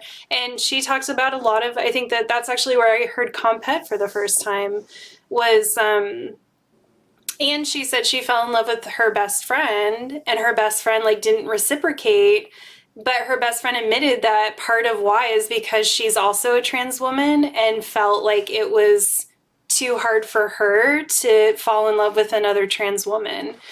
So it's like, this shit goes fucking deep, like very deep. And that's why this representation really matters. It really, really matters to see different variations, and that's why I hate a lot of queer representation in media, because it reinforces that, right? Like how many times do you see a lesbian couple where they look like each other and it's like, Oh my God, yeah.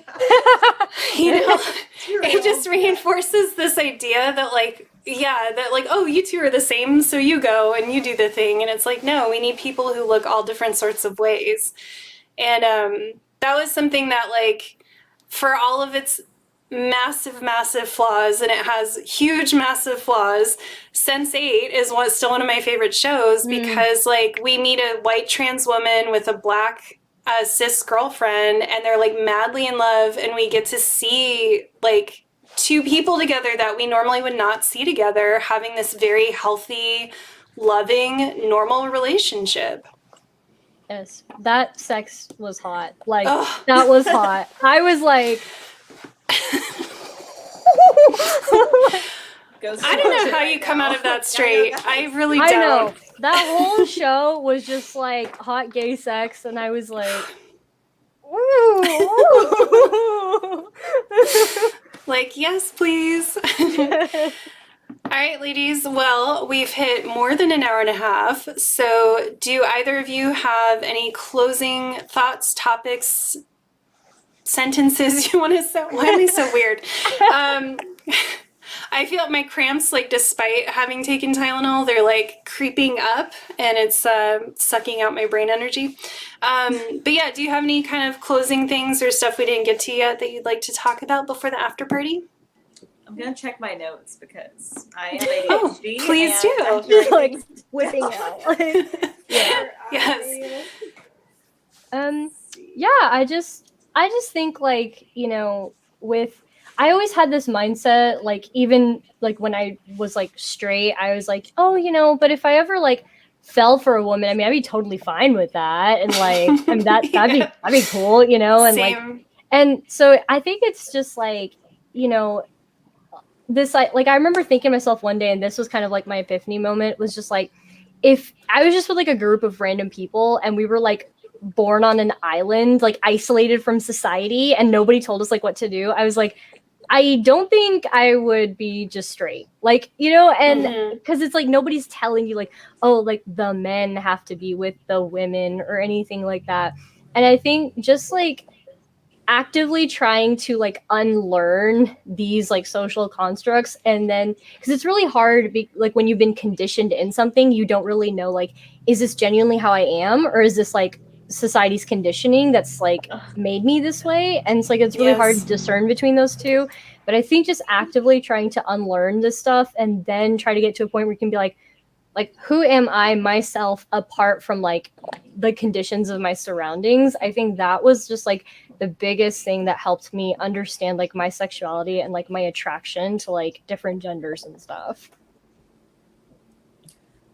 So I did hit all my notes, but for the representation part, like, especially being a Black woman, like there's a whole cultural component too. So like, even when Black people are not religious, it's like, oh, like you're gay, like, oh, like the breakdown of the Black family, like this is what's wrong. I'm like, bitch, no, it's fucking mass incarceration and over policing of our neighborhoods. Like, it's literally not being gay. Like, what about when a gay couple adopts a Black child, like a Black gay couple? You know what I mean? Like, again, the nothing. So like, I don't know.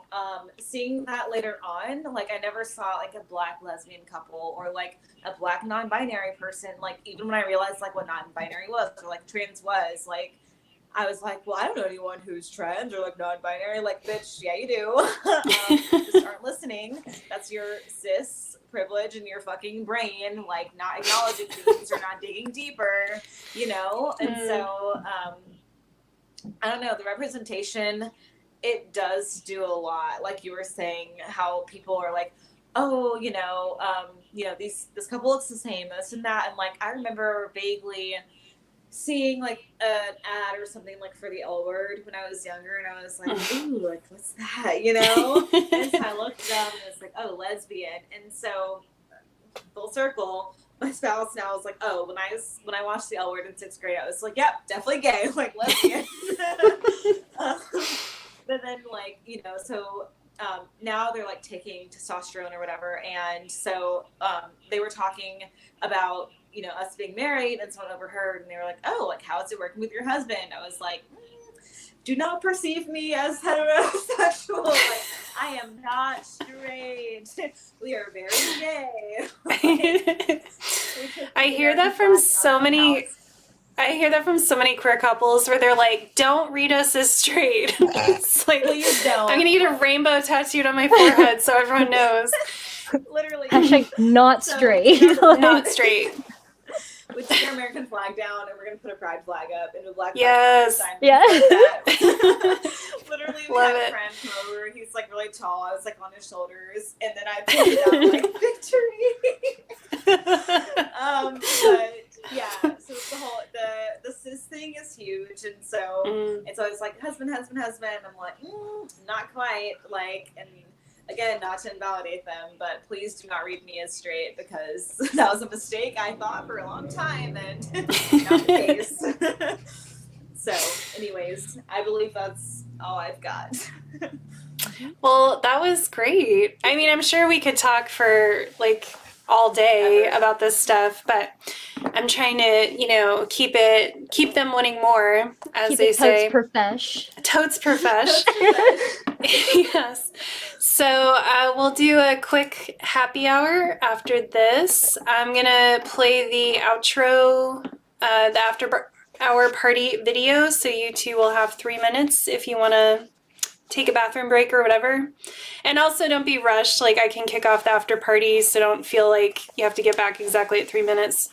And then just for everyone watching, thank you for joining us today. If you like this, like the video, subscribe, leave a saucy little comment. I don't know what emoji to leave. Leave a peach, leave an eggplant, do what you want, Leave the cherries like boobs, like leave some cherries. Yeah. Boobs. Are there cherries with like electrical?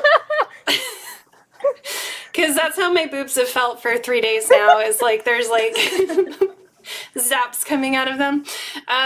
Yeah. And yeah, thank you. We'll be back in 2 weeks. I think my next live stream might be with my little sister, which is so exciting. She's coming on to talk about some really heavy stuff, so I'll have to have her back on at some other point to have a more fun conversation, but she's going to talk about being a disabled person, supporting a disabled person, and also having to be a parent. Her husband had a pretty massive stroke last year, and she's been caring for him, and she just has a lot of thoughts that she wants to talk to especially other caregivers about, things she's realized about self-care and whatnot. So it'll be a great conversation, and it'll be my little sister. How exciting is that? All right, y'all, we will be back in 3 minutes for those of you who want to hang out for the after party. See you then. Bye.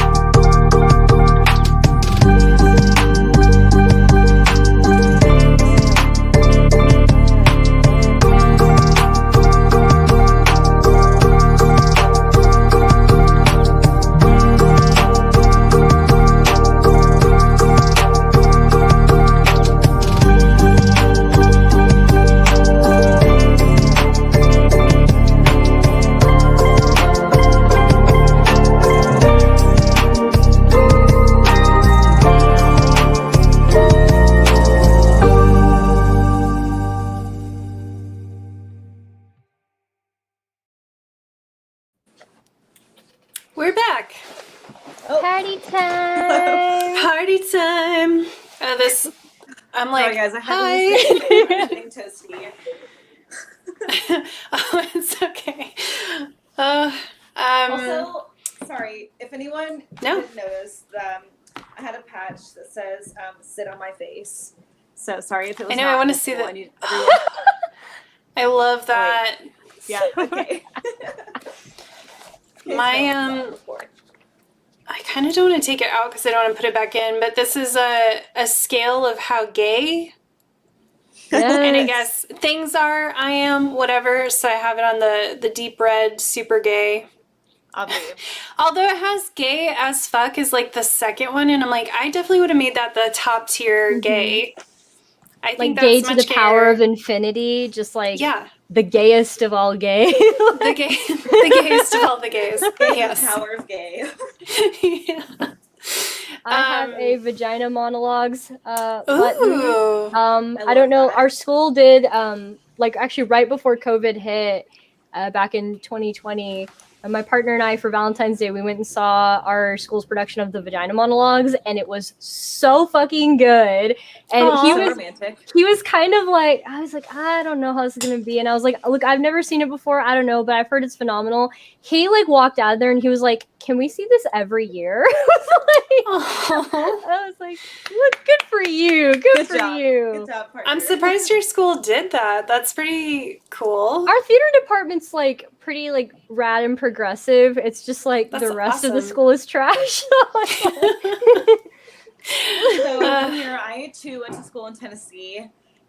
We have a lot in common. So the school with an orange color.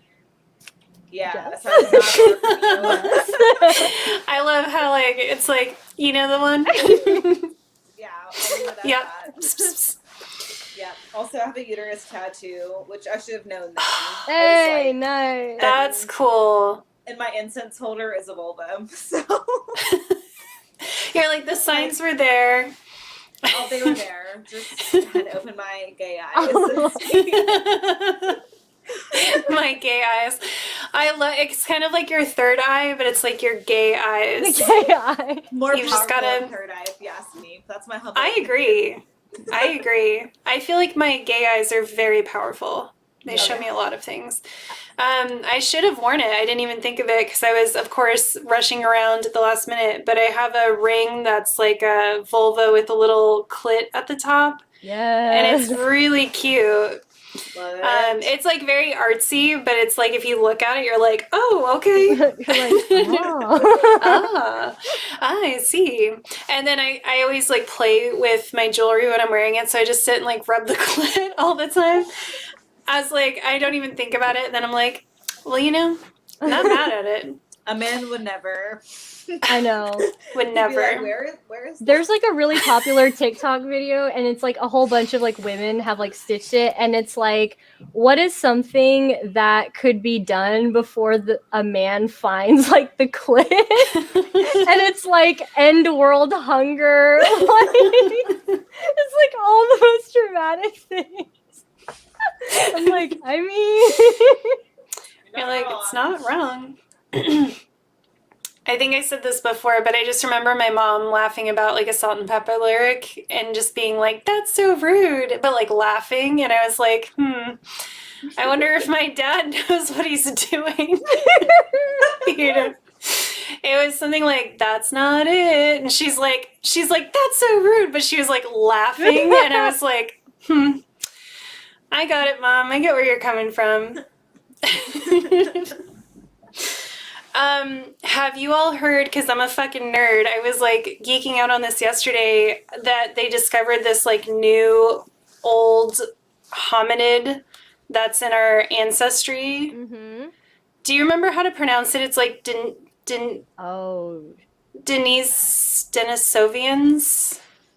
Denisovians? It's something like that. It's like spelled like Denisovans, but it's not exactly how you pronounce it. But anyway, I was like, it just made me think, because they were saying that they can tell that our ancestors mated with Neanderthals, and also this species of human or hominid, and that there's like other DNA in our ancestry that we haven't identified yet. And it just like occurred to me, I'm like, why the fuck are we ever talking about race when we have literal like ancient DNA in our system? Like, how interesting is that? And then we have this like construct of race that we talk about, and I'm like, dude, this is so much more fascinating to me. Because they were saying they think like the highest shit. always they were saying like I think like Tibetans have the most ancestry, and it is like why they're able to live in like super high altitudes. And I'm like, this is so interesting to me. And also it was another moment where I was like, oh, we're all just like derived from like colonizers. It's like we're derived from the species that like killed everyone else and made it. So that was depressing. But yeah, I was like, this is so fascinating. And we have this like, I don't know, there's just something so magical to me about like these beings don't even exist anymore, but like we carry, some of us like have that in our blood. I just think that's so cool. So there's like ancestry, obviously, for like whatever DNA stuff, but there's like African ancestry. Do tell. And it's for black people, and it tells you like what actual country like your people came from. So like my friend, she was like, oh, like my people from like, you know, Liberia, Nigeria, like whatever, you know. And so like sub-Saharan African, like obviously, like I'm fucking black, like duh, like the sky is blue, the water's red.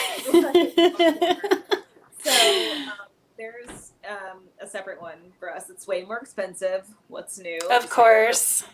It should be free. Thank you. Hello. Reparations, hello. Fucking reparations, yes. I mean, honestly, though, that should be free. Like, that's really fucked up. Yeah, it's like that just made me really mad. And Ancestry's like $99, so whatever. But if anyone's super interested, my friend did it, and I was like, damn, that's cool. I'll say that is cool forever. Oh, that would have been a nice like wedding present or something. I should put that on the registry because we haven't actually made one. Everyone's like, what do you want? We're like, I don't know. I feel weird asking for things because like, I don't know. Because like, I don't know, I'm black and people always think I'm like poor and needy. And they're like, I don't know. It's weird. Yeah, I can imagine that's very, very weird.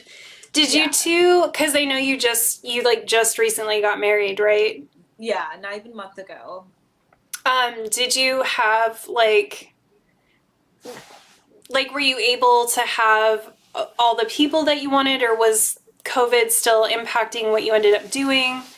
So we went to an island off the coast of Florida, and it was just their mom and their brother.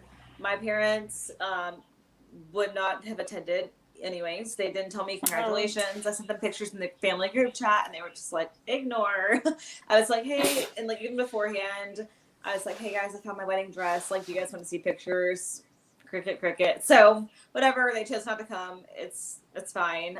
So yeah, it was just their mom and their brother, and then as I stated, in the military, so I have got a deployment coming up in like less than a month. So I'm gonna be hating my life for a while, and then whenever I get back, we're gonna just have like a celebration of our marriage. We'll have all our family and friends like who really support us, who want to be there.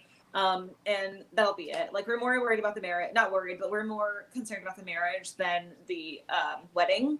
So it was nice to be able to have like just a couple people there. It was just us. Like, I handpicked my bouquet from the island, literally. Like, took scissors, and was like chop chop. Okay, cool. I love that. Gold duct tape, put it around there. So that was it. It was very simple. It was very chill, but it was on brand for us. We had like, you know, a photographer. And that was really it. So it was just the way we wanted it, TBH. That's great. Yeah. I forgot what I was going to say, but I did see your dress, and it was so pretty. Yes, so pretty. yes, It was like perfect. I know. Okay, it's so pretty. Fun fact, 2 things. First of all, it was a prom dress. Really? Yeah. Oh my God. The straps were a little long because I've got a lot to hold up here. So Same. I was like, all right, we need some support. So I was like sewing them like an hour before the wedding. I was like, let's not fuck up the beading. Like, keep it calm, keep it chill, like sew it up. And so yeah, it worked out perfectly. Like I couldn't have been happier with how everything turned out. So, and if you saw, I don't know if I uploaded it, but it was like a picture on a golf cart and it said "Run now." That's from a text from my mom, who's like, "You need to run. You don't understand what's happening, but I do." I'm like, Are you serious? breathe it out, sis. Like, yeah, it's a hot mess. Wait, so how long ago did you come out So, to them? we were friends like at the beginning of 2020 into 2019, and my parents knew them as my friend, and like everything was cool. And then all of a sudden, you know, they were like, "Oh, not cool." So I told them in March, like after we got engaged, I was like, Okay. "Hey guys, like, so, you know." Wait, did you two get engaged like the second you knew you liked each other? I mean, That's so gay. the gayest shit ever. I love that. Like, we started dating around October. Okay. It was a little while. It's Couple a little months. while, and then got engaged in March, got married in April, and here we are in May. So, yeah. I love that. It was cool. And I told them, and they were like, my mom was a horrible communicator, so she just like stormed off. And I was like, okay, well, if you have any actual questions and want to communicate to me like an adult, like feel free, sis. Like if you have questions, I can help you understand. Shit. Sorry. It's okay. The dogs. I know. Yes. The dogs are like, I hate homophobia. Dogs against homophobia. Yes, we need more of that. Yes. Yeah, Mo, I assume you can relate to some of that. Yes. Yeah, I just feel like anytime I talk to my mom, I'm trying really hard to always like maintain this degree of like composure, and yeah, she's the one who usually ends up acting like you know, like acts out and is like super dramatic and just like she's very like emotionally driven. And I'm just like, okay, let's backtrack. I love the like, all right. It's like, Take a breath. and I have to Let's like calm down. I have to like get her to like restate things. I'm like, okay, so for clarification, I'd like for you to restate what you said back to me again. And like my dad and I will like try these like exercises with her. It's like, okay, here is what I'm saying. The way that you are treating me is causing me pain. Now please repeat back to me what I just said. And she'll be like, so I'm just the worst mother ever. I'm like, yes. Like, is that what I said? Not what I said. So, Mohera, I have a question. So, like, my mom too is a horrible communicator, like super emotionally driven. Like, what is your dad like? Like, is he more rational? Like, Yeah. let's see things how they are. Like, what's the vibe there? Yeah, so it's like really funny because I feel like a lot of people who have like abusive parents, like both of their parents are just like trash. But in my case, it's like my dad is wonderful, like just the best human being ever. And we have like such a good relationship. And he's like, yes, he's very like logical, very rational. He's also really good about like, even if we disagree on something, he's like, you know, he knows that I'm the kind of person who's like, I'm very like well informed on my beliefs and I'm always like willing to like change my mind. And so he's like, yeah, well, you know, like you're an adult and I respect like your autonomy. So like you're free to, you know, make your own decisions, even if like I disagree with you. Whereas my mom is not so mentally stable. So yeah, I mean, but like I said, she hasn't been diagnosed and whatever. And I know like, you know, you kind of shouldn't diagnose other people, but I'm telling you, like I read, Nicole had recommended a book like ages ago. I think it's like, for like daughters with like narcissistic, will I ever be good enough? And it's literally just a book about daughters with narcissistic mothers. And like in the very beginning, there's like a checklist of like 35 items. And it's like, is your mom like this? And I literally checked 33 of the 35 about my mom. And it's like, if this is true, your mother's probably a narcissist. And I was like, well, fuck. It's like, You're like, well, that explains some things. But yeah, it really did. And then like, going through into like all of the things. And so, yeah, I think like with her, I just treat her as somebody who is like unfortunately severely mentally ill,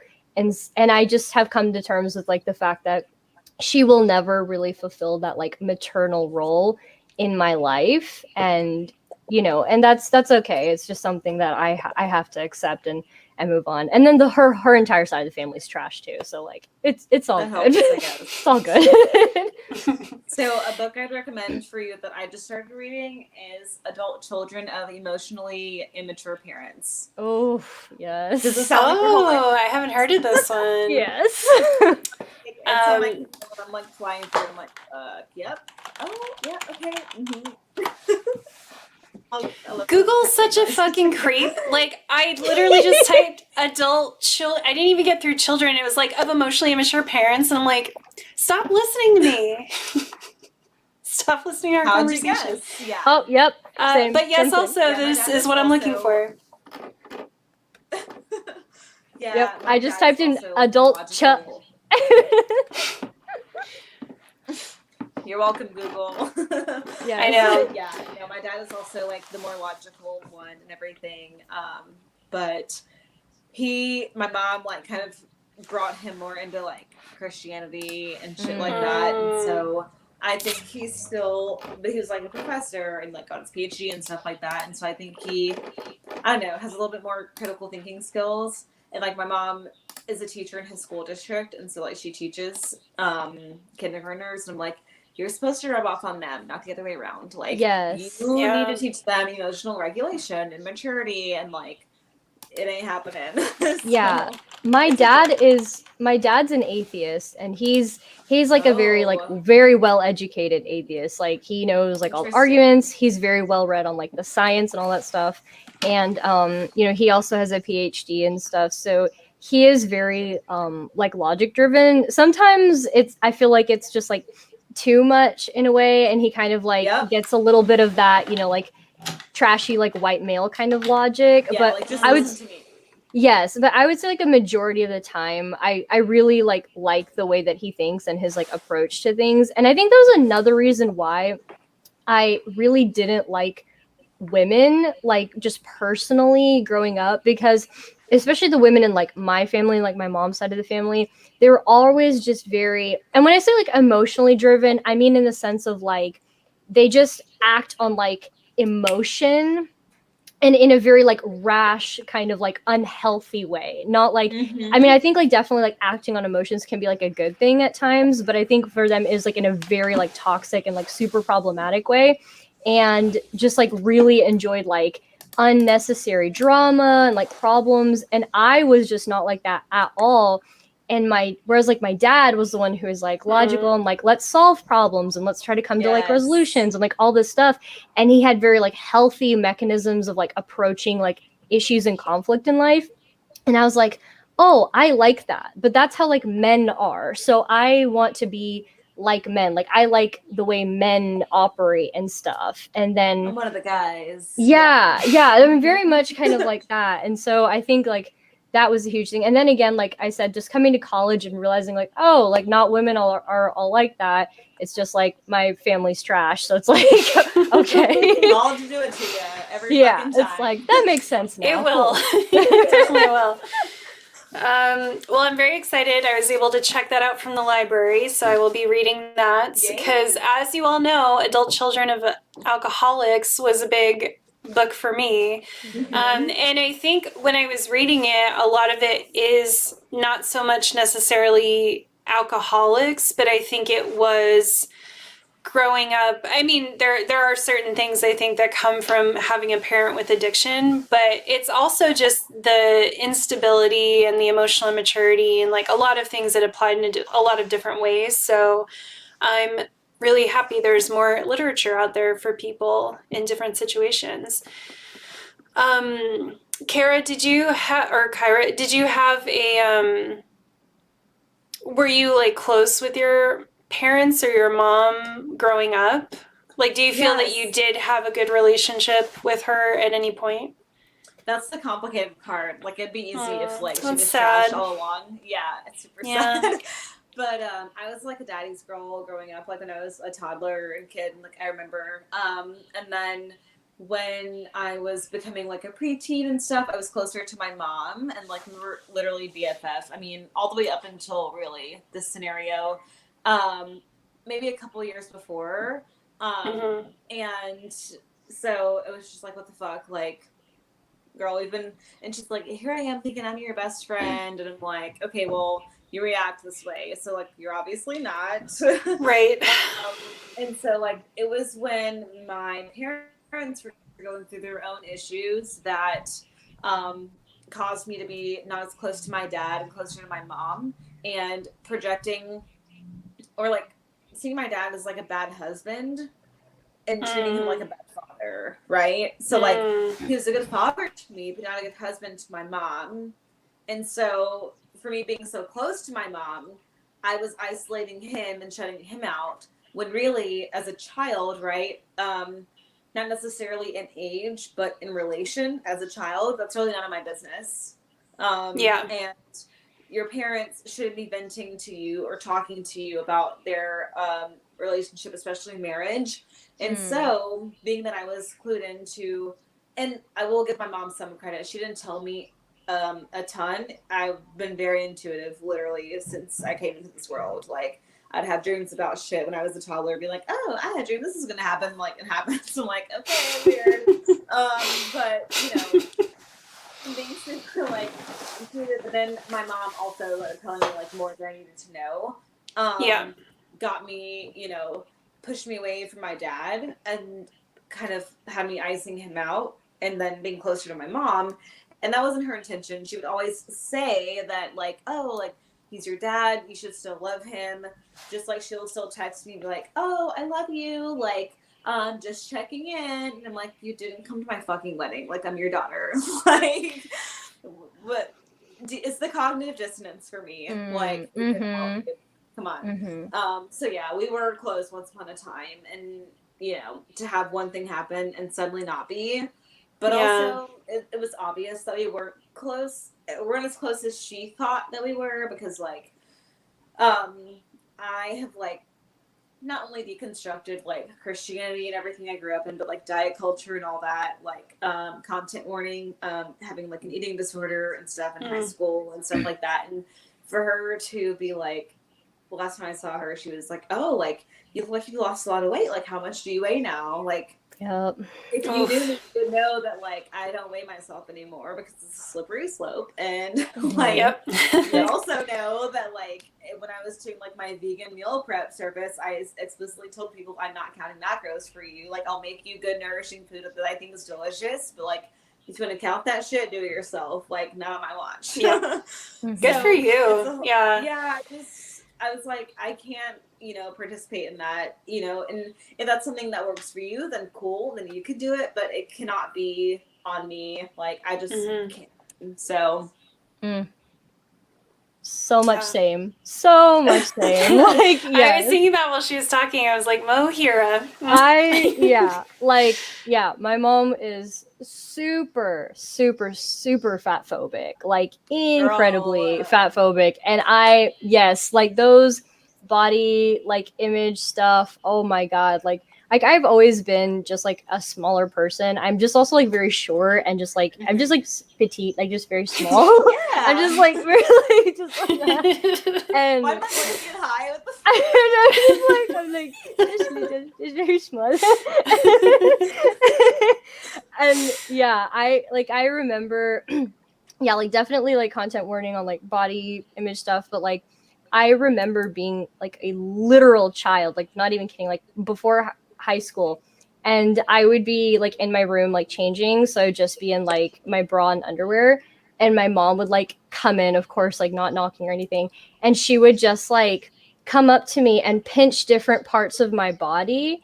Like she would pinch my stomach or like my thighs and stuff and be like, and she would be like, I shouldn't be able to pinch anything on you. I shouldn't be able, like, there should be nothing should be there. Like, I shouldn't be able to get a grasp on it. And there was like it was just like my skin pretty much almost. Skin! She was Yes. yeah, it was like almost that, and just like Well, Mohera, you shouldn't have skin. Like, what the hell?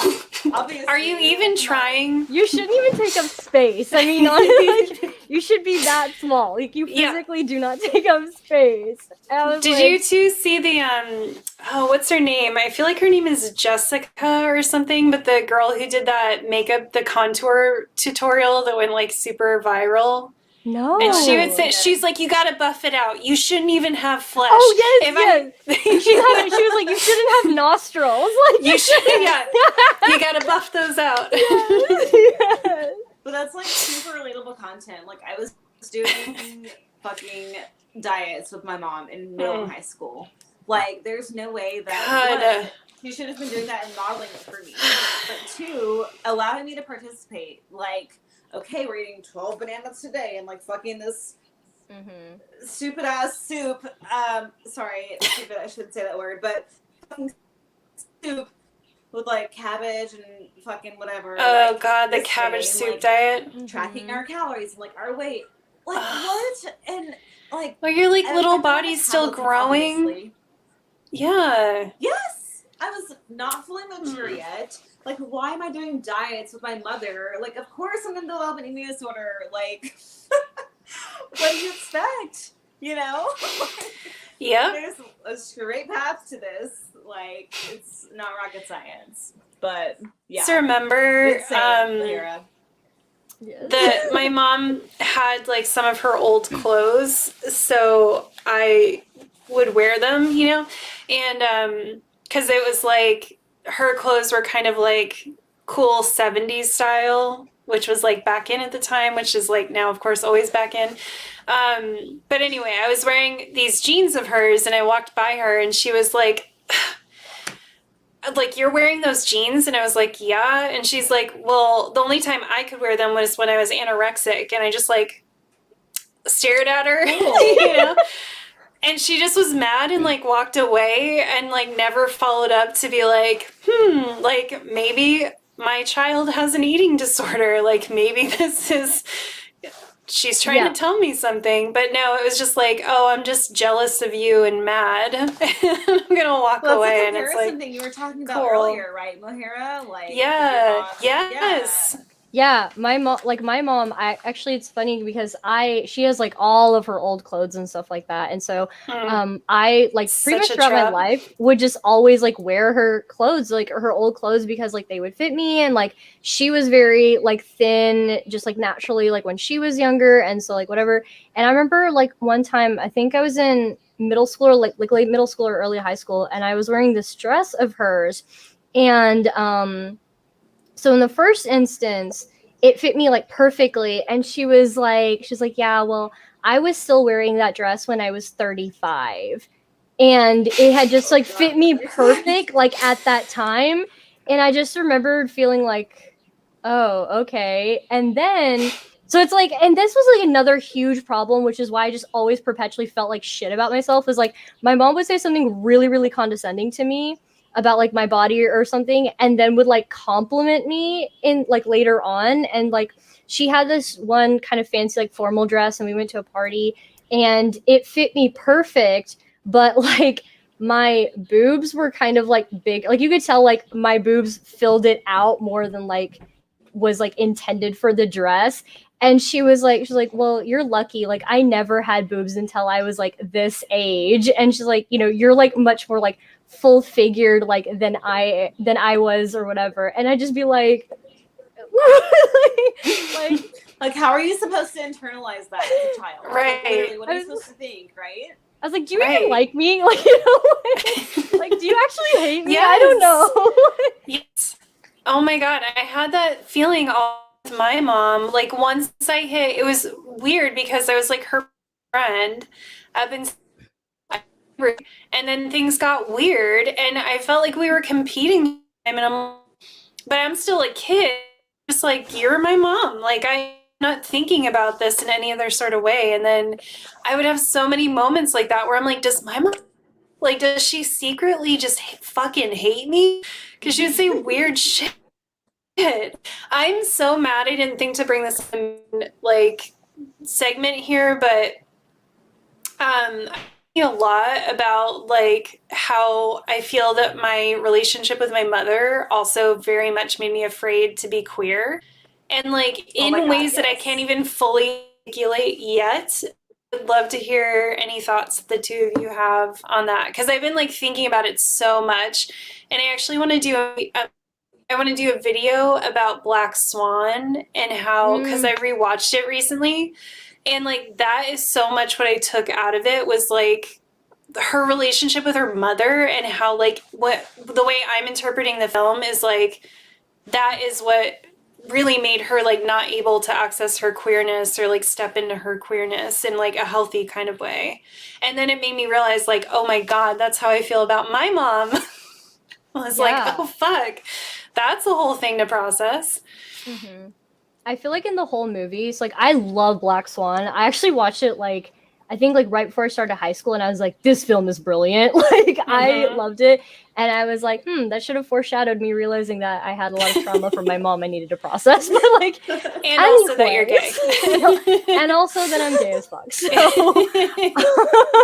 I think like for me, the biggest thing was like I remember watching that movie, and I think the similarities that I see with my mom is that like in the movie, like Natalie Portman's character is just like constantly trying to please her mom and like make her happy.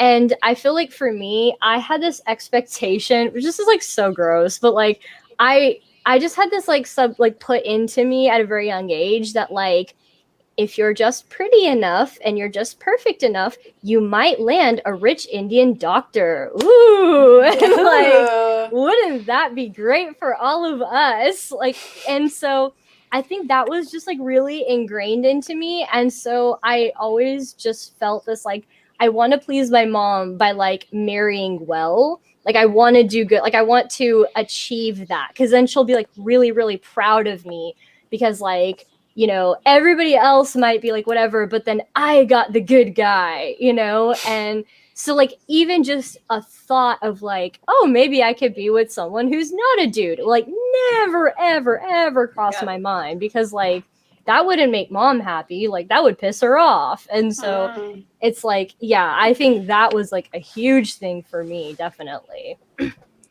So, because Caira, did you feel like with your mom that, because I know this is true for Mo, did you feel with your mom that you were like an extension of her?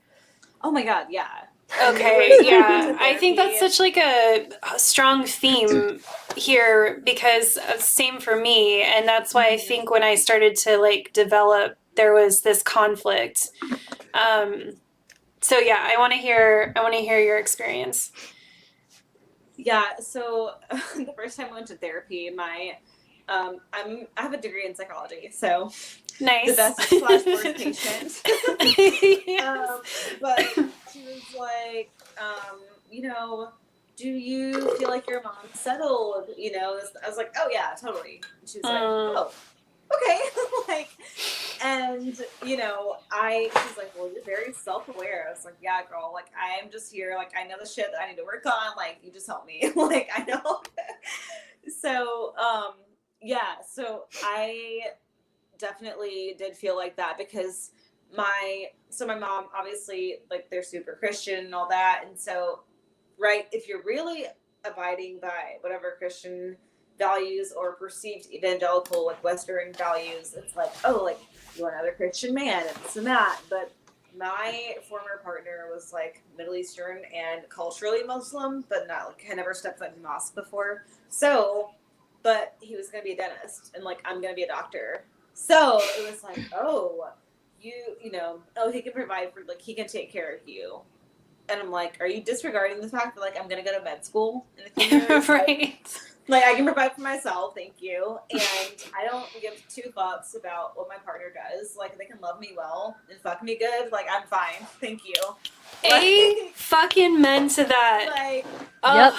Two shits what job they have, and like right? my partner and I, like we both work retail right now, like on the civilian side, and they're like, oh, look, I want to use my degree and all this and that. I was like, listen, you do that like if you want to, like I support you 1000%, but like don't feel like you have to just because I'm like a fucking doctor. Like who cares? Like I'm doing this because like I love women and like our bodies, and, like people who are assigned female at birth, and like learning about themselves, but you do not feel like you have to like live up to me or whatever. Like you're fine. It's cool. But I believe that's why my, you know, mom specifically, but my parents were cool with it because it was like, oh, like, well, he doesn't practice Islam. Like, he doesn't really, he's not super Muslim. Like, he's not actually. Also, well, he's going to be rich. Like, he can provide for her. Like, he can do this and that. Meanwhile, I can do all this shit myself. Like, I am with anybody because I want to be, not because I have to be. And if I'm with you because I have to be, then I need to look internally and be like, okay, girl, what the fuck is going on? Let's talk. You know, what's up? So I do feel like it was an extension, but that's because, and that's a reason why I stayed in that relationship so long and being unhappy, is because I saw my mom be unhappy. Like, she would have concerns, which again, none of my business as a child, right? But she would have concerns about their relationship that I would think that you shouldn't have those concerns after 20 something years. Mm-hmm. You know, like, he won't hold your hand. That's simple. You've been together for how fucking long, right? And this is still a thing. Like, and it was just, you know, seeing her settle, but that, deny yourself, whatever, Christian woman thing, like Proverbs 31, whatever, which, like, don't even get me started on that because it's, like, so misinterpreted. But, you know, I was also, like, denying a lot of myself, my pleasure, and my happiness, like, outside of sexuality altogether, just, like, being happy. Like, I was denying a lot of that because that's what I saw, right? Like, and, you know, she instilled in me so much, like, find this man, have children, and this and that, and, like, have someone to provide for you and be happy and blah, blah, blah, blah, that I was so afraid to be alone. And so, you know, obviously I found someone that I really love and, like, we're friends, which is awesome. And, like, we're also sexually compatible, which is great. But, like, if I wasn't aware or emotionally in tune or stable or mentally, then, like, yeah, I'd probably take anything anybody would give me, right? If I was just listening to her.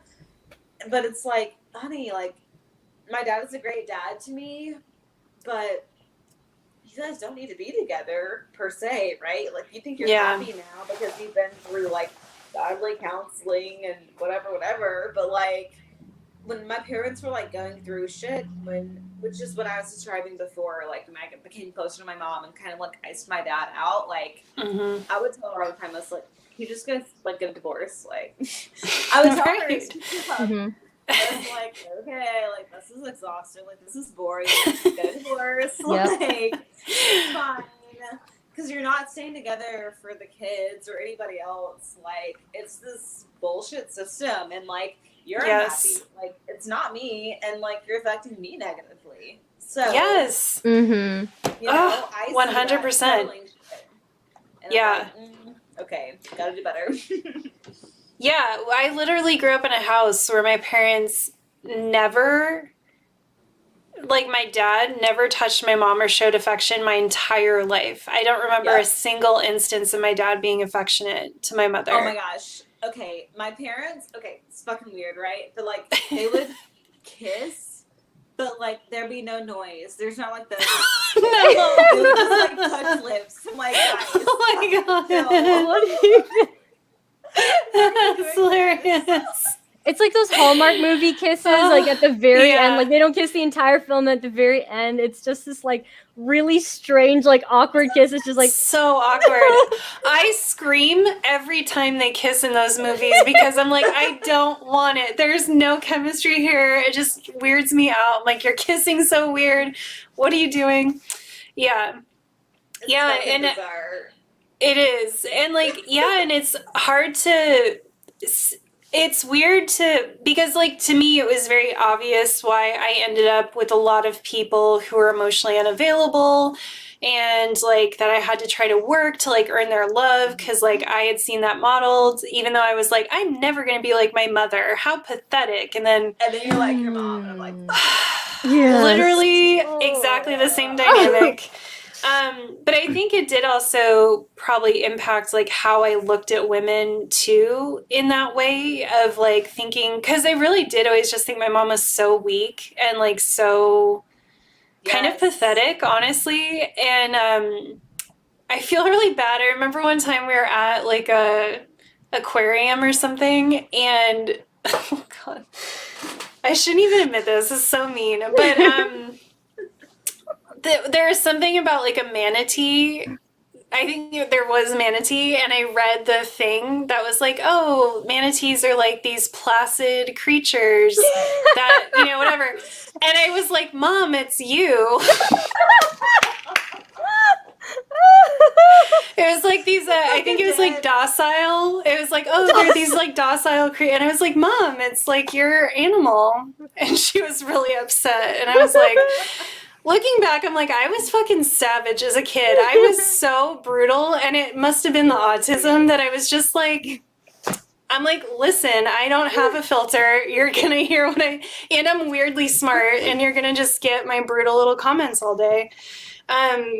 It's so funny because I'm like, on one hand, I kind of can't blame my mom if she did hate me, you know? Like, I was a little shit. Oh my God.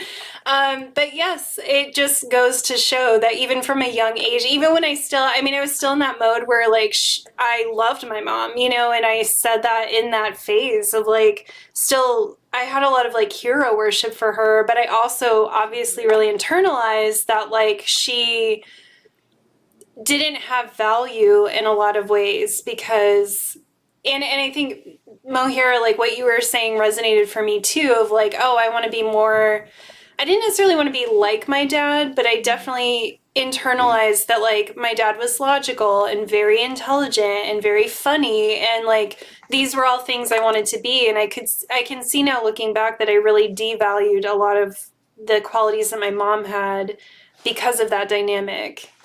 Mm-hmm. Without even like realizing it. And then I think, yeah, internalizing like I can't picture what a female partner would be like because I have this idea that like women are less, you know? Yeah. Yeah, I had a really interesting experience. So like for me growing up, the abuse like that, the emotional abuse like I experienced from my mom initially was happening between my mom and my dad. Like she was just being like absolutely just like insane towards him, and he was like, I am not tolerating this, like I'm just like, we're just gonna like live our lives kind of like separately, like I'm gonna do my own thing and like you can do your own thing. And so like then when I came along, and like I literally remember being like a very very small child and her being like, your dad doesn't love you, your dad doesn't love me, he doesn't care about either of us, he like, you and I are both a burden to him, and he's only here because he basically feels bad and feels like he has to. And I was just like, it made me feel so bad. I was like, wow, like my dad actually doesn't want to be here, and he's like here basically for me. And so I just always thought that like I felt bad, like my existence, I just like felt bad, like it was causing like a burden to him. And so my mom basically manipulated the situation to make me be close to her, and she was just like molding me into exactly what she wanted, like dressed me exactly how she wanted, you know, made me act like how she wanted, like everything was just like her ideal. And as long as I like ascribed to that ideal that she set for me, it was like totally fine, like I was doing, you know, like I was like good. And then it was like when I entered like late middle school and early high school, you know, my dad kind of like started getting more involved like in my life and things, you know, because like my mom was super busy, and so like he basically like now was like granted permission to basically be a part of my life. And so then he and I started connecting and like talking, and I was like slowly like realizing like he's not at all like how my mom painted him to be. And then it was like me kind of say, and then I remember like opening up and be like, well, mom says this and like mom said that, and he was like, I don't feel that way at all, and just like breaking it down, and then me having that epiphany of like, wow, she has just been like lying to me my entire life about how my dad is and like who he is as a person. And then understanding like why he didn't want to like be around her, because she was being just like absolutely fucking insane. And then me realizing all of the things she was doing to him, she was doing to me. And then I was like, okay, I'm not going to tolerate this and I'm not going to take this anymore. And so the minute that I put my foot down, I was like, I'm not doing this anymore. Like, I'm not taking it. That was when she started like the whole like retaliation against me, the acting out against me, and like all of that stuff. And so it was like really, really hard, you know, like growing up with like basically just being around my mom and then getting really, really close to my dad and realizing that my dad was actually like a really good guy. And then also coming to terms with the fact that my mom had manipulated the situation my entire life. And it was like, well, this is a mind fuck. Right.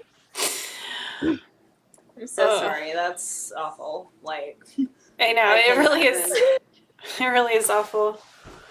Like, my mom, that's the thing, like, she says one thing, like, she sends me, like, oh, you need to run, and, like, a literal novel about how, I mean, you can scroll and scroll and scroll, and I was like, and she used my partner's, like, dead name, and I was like, okay, here's what the fuck we're not gonna do. Like, I don't accept bullshit from anybody, and certainly not my family, so it's just like, you can't pick and choose who you're going to accept bigotry from, right? Like, everyone is held in the same standard. I don't give a fuck who you are. You're not going to disrespect my spouse, and certainly not anyone based on their identity and their literal fucking existence in this world. So I'm going to stop you right the fuck before you start. Like, absolutely black ass not. We're going to stop there. Yes. And she was like, oh, wow. Like, I wasn't trying to start a fight. And I'm like, Ugh. girl, what? You aren't trying to start a fight, but you're telling me like how I'm so wrong. And she's like, you don't see what's happening, but I do. But it's too much to type. But also everything else wasn't too much to type. I'm like, okay, so tell me, like, they literally got detention once in middle school. So like, if I'm missing something, let me fucking know. Like, if they're a murderer and like got away with it, and you have some way of knowing.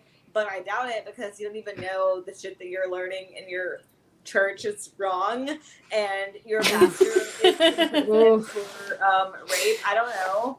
Like, Yep. Yeah. Sorry, not sorry. No sympathy for you. It's just like you say one thing and do another, and it's just like very bizarre to me. Oh like, yeah. They want to be close with you and like, oh, like I was your best friend and this and that, and like kind of play the victim, you know? Oh, And, yeah. It's the victim playing for me. Like, you text me with your bullshit, and you want me to be like, oh my gosh, you know what? You're right. I see the light. I'm so wrong. I'm going to go divorce them and be a fucking nun, right? Like, oh, that's Catholic, so not quite. You want me to go be a pastor? And it's just like so weird to me. Like, it's fucking bizarre. It doesn't make sense. And I'm just like, girl, what? Like, it's the playing the victim part. Yeah. I have no words. Yeah, my mom is like the permanent victim, and I just cannot.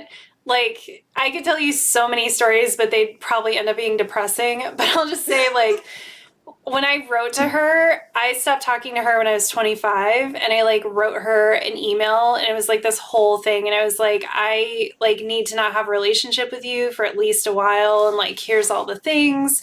And I tried to be like really like very firm, like I definitely need a break, but also like I'm trying to tell you what it is so that you have answers, and also so that you like maybe if you want to work on things, like you have Know some what to clear focus on. direction.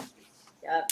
She wrote me back, and it was just like, I can't believe you're doing this to me, and like that's not what I meant when I said this, and like blah blah blah blah blah. And I was like, your child just fucking told you that they like can't have you in their life because you so negatively affect their mental health, and you're literally writing back like she literally like took me point by point and was like, I'm just gonna refute the points that you made in your email. And I'm like, you're a parent, this should be like, oh my God, I've hurt my child. Like, let you know, like this fucking is like a big deal, and let me like be like, oh shit, okay, I'll give you space, but also like I love you and let me work.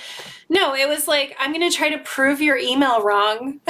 Yeah. It's just like It's always about Yeah. winning the battles and like losing the war. It's like exactly. that is like how it always and like I kept telling my mom as like I was doing the exact same thing. Like you are literally hurting me and I can't like I will detach from you if you keep doing this.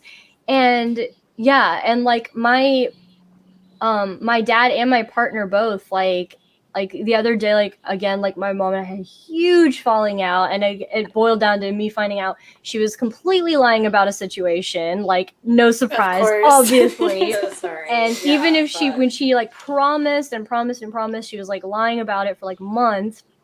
And you know, so I had left and my dad was with me, and she was like of course complaining to my partner, being like, I don't understand what I did wrong, I don't understand. And he was like, and God bless him because he can be so calm. And I'm just like, I don't know Bless how your you maintain heart. that composure. Like, yeah, I'm like, honey, like I couldn't.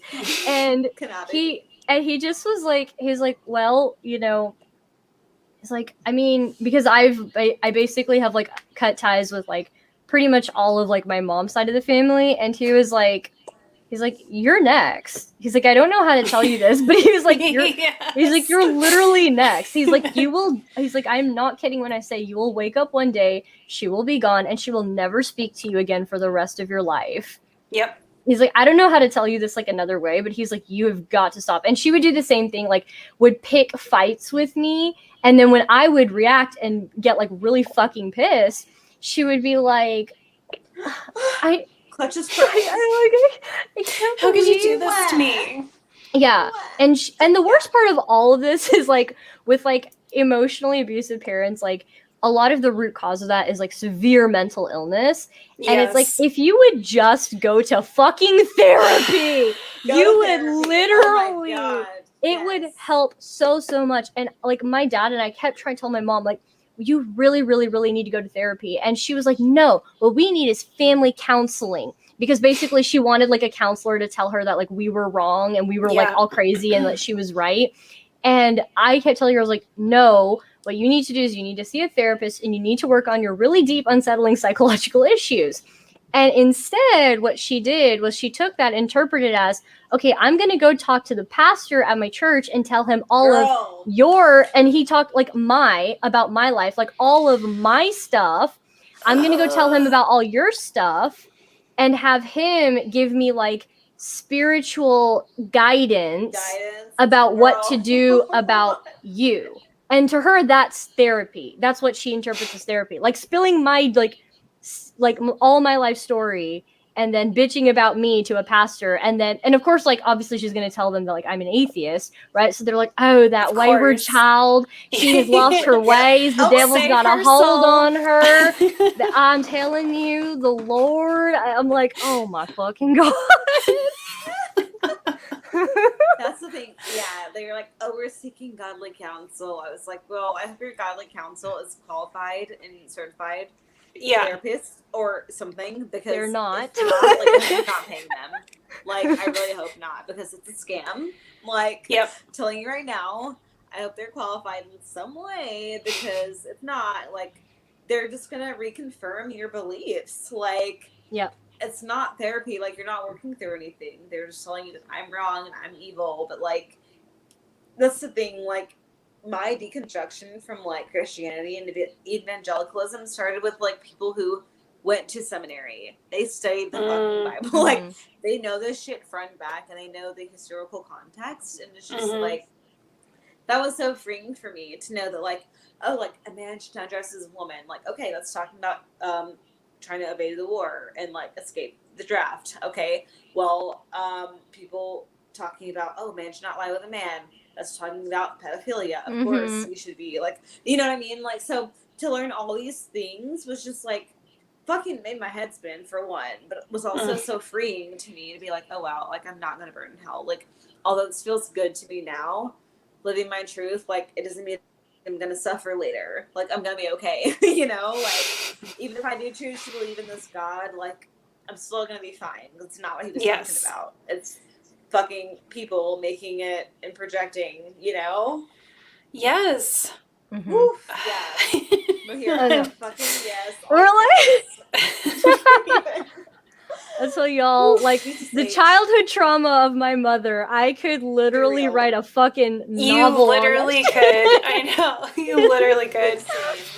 I was going to say, or you could have a mom like mine who is in therapy all the time, but anytime she gets a therapist who actually challenges her and calls her on her bullshit, she accuses them of like raping her or propositioning her. She's literally done this so many times. My mom has done that too. Yes. Yes. And then she'll keep swapping therapists. And then I was just telling some friends about this the other day. When she ended up moving out and moving across the country to like get sober. And then I don't mean to put that in quotes. It's just the whole situation was weird. Anyway, she moved across the country to get sober, and she ended up sticking with this one therapist who was also an active alcoholic and ended up living at her house while she was still her therapist, and they became best friends. And she was actively living with her therapist, who was actively drinking and had alcohol all around the place as she was also in recovery. And she would always call me and tell me this shit like it was normal. And I'm like, bitch, like, how do you not see how fucked up this is? But that's how my mom operates, because this woman would just constantly tell my mom like what a victim she was, and like reinforce like how awful my dad was, and like obviously had no boundaries. And so like that's who my mom was like, oh yeah, she's a great therapist, like we're doing such good work together. And it's like, you are. You need to understand her at your house. Like, yeah. I'm like, isn't this a conflict of interest or something? Like on 15 different levels. So bad. And I think she even told me at one point, when like years and years later, when she finally realized that this, or I actually think I heard this through my sister. That's like how long it took. But she's pretty sure that this therapist was also a lesbian and was like also in love with my mom. So like just add another layer of this like weird shit, and like that's my mom. Oh my goodness. That's my mom. Like she'll just always call, and it's like she's in this weird fucking situation that's so unstable and just so clearly unhealthy, and just is like convinced that it's great, you know, and won't hear when I'm like, hey, this sounds illegal. First of all, I'm pretty sure, like, or at least like a what do therapists have, a license or something? Like it sounds like something that would get that revoked. On top of the fact that this just sounds really codependent and really fucking weird. Yeah. Because I even remember her call, like when we were still actually talking, she called once, and this was like the only time she even acknowledged anything with her drinking, but she was like, oh, I never understood why you guys were so mad at me for drinking, because I always thought I was like a fun drunk, because I was always so happy. But she's like, now seeing Terry drunk all the time, I get it. It's pretty annoying. And I'm like, that's your therapist. No. That is your therapist you're talking about. God damn it, Mom. I was like, can you just do something normally once, please? Just for my sake? They really think they be like doing something, like, and it just blows my mind. Like the exact same thing happened like with me. My mom just decided to like basically tell like my entire like her side of the family everything just about like my entire life, like private things about my life, everything. She just spilled it because she just didn't know what to do about me anymore. Like massive air quotes around the whole thing. And so my family, and of course, like I know she obviously like manipulated the truth like significantly. So like that's the whole thing. And after she did all of this, basically then people in my family told complete fucking randos all about my life, like private, intimate details. And then those complete fucking randos ended up contacting my partner, who then told me. So it went like full circle back around to like us. And then like at the beginning of the year, my mom was like, she, you know, like we basically told her like, hey, you know, like we know all this shit. And before that, she was like, hey, well, like, I have something to tell you, you know, I told like the family like everything about you guys, and like and we were like, yeah, we know because we heard from fucking randos. And then she was like, well, I just want to say I want a fresh start, and I want to like renew the relationship. And we were like, am I on camera? Like, is this like a prank? Is this a prank? Like, okay, you got me really good, guys. Like, and she was like dead ass serious, and I was like, oh, I'm sure you can't fucking like Godzilla through all of like Tokyo and then just be like, oops.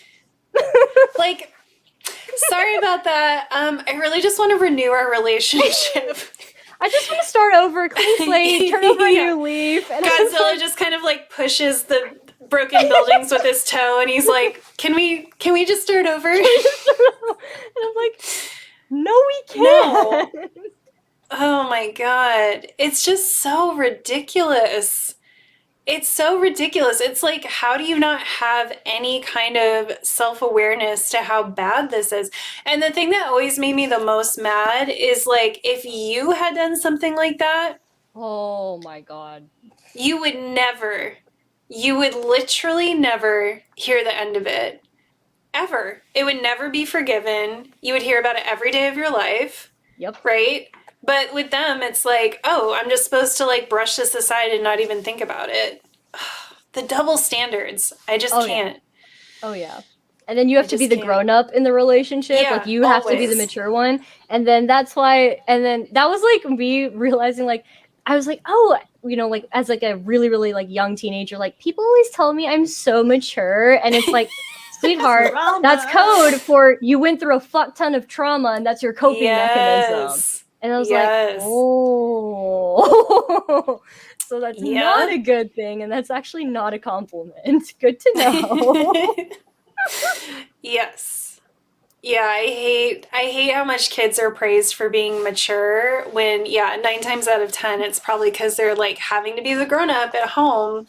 It's not actually like this, you know, inherent wonderful quality of theirs, but it's like, oh, like I can't trust other people to have their shit together. So like I have to have my shit together all the time, even as a tiny child. Hate it. Yeah, having to regulate your parents' emotions when they're the adults who are supposed to be. Like, yikes. Just heavy sighs all around. All right. Well, I've kept you much later than I promised, but this was super fun. But now I'm going to go put a hot water bottle on my fucking traitorous uterus that's like apparently trying to kill me right now. And I'm going to finish my reality TV show. I love that for you. I love it for me too. I'm very excited. Such a messy show. I can't wait to see how it ends. But you two, thank you so much. This was super fun. And it was like, I knew this was going to be a great conversation. It was just so good and really fun to just hang out. This felt like the after party was very fun and chill. It just felt like we were hanging out.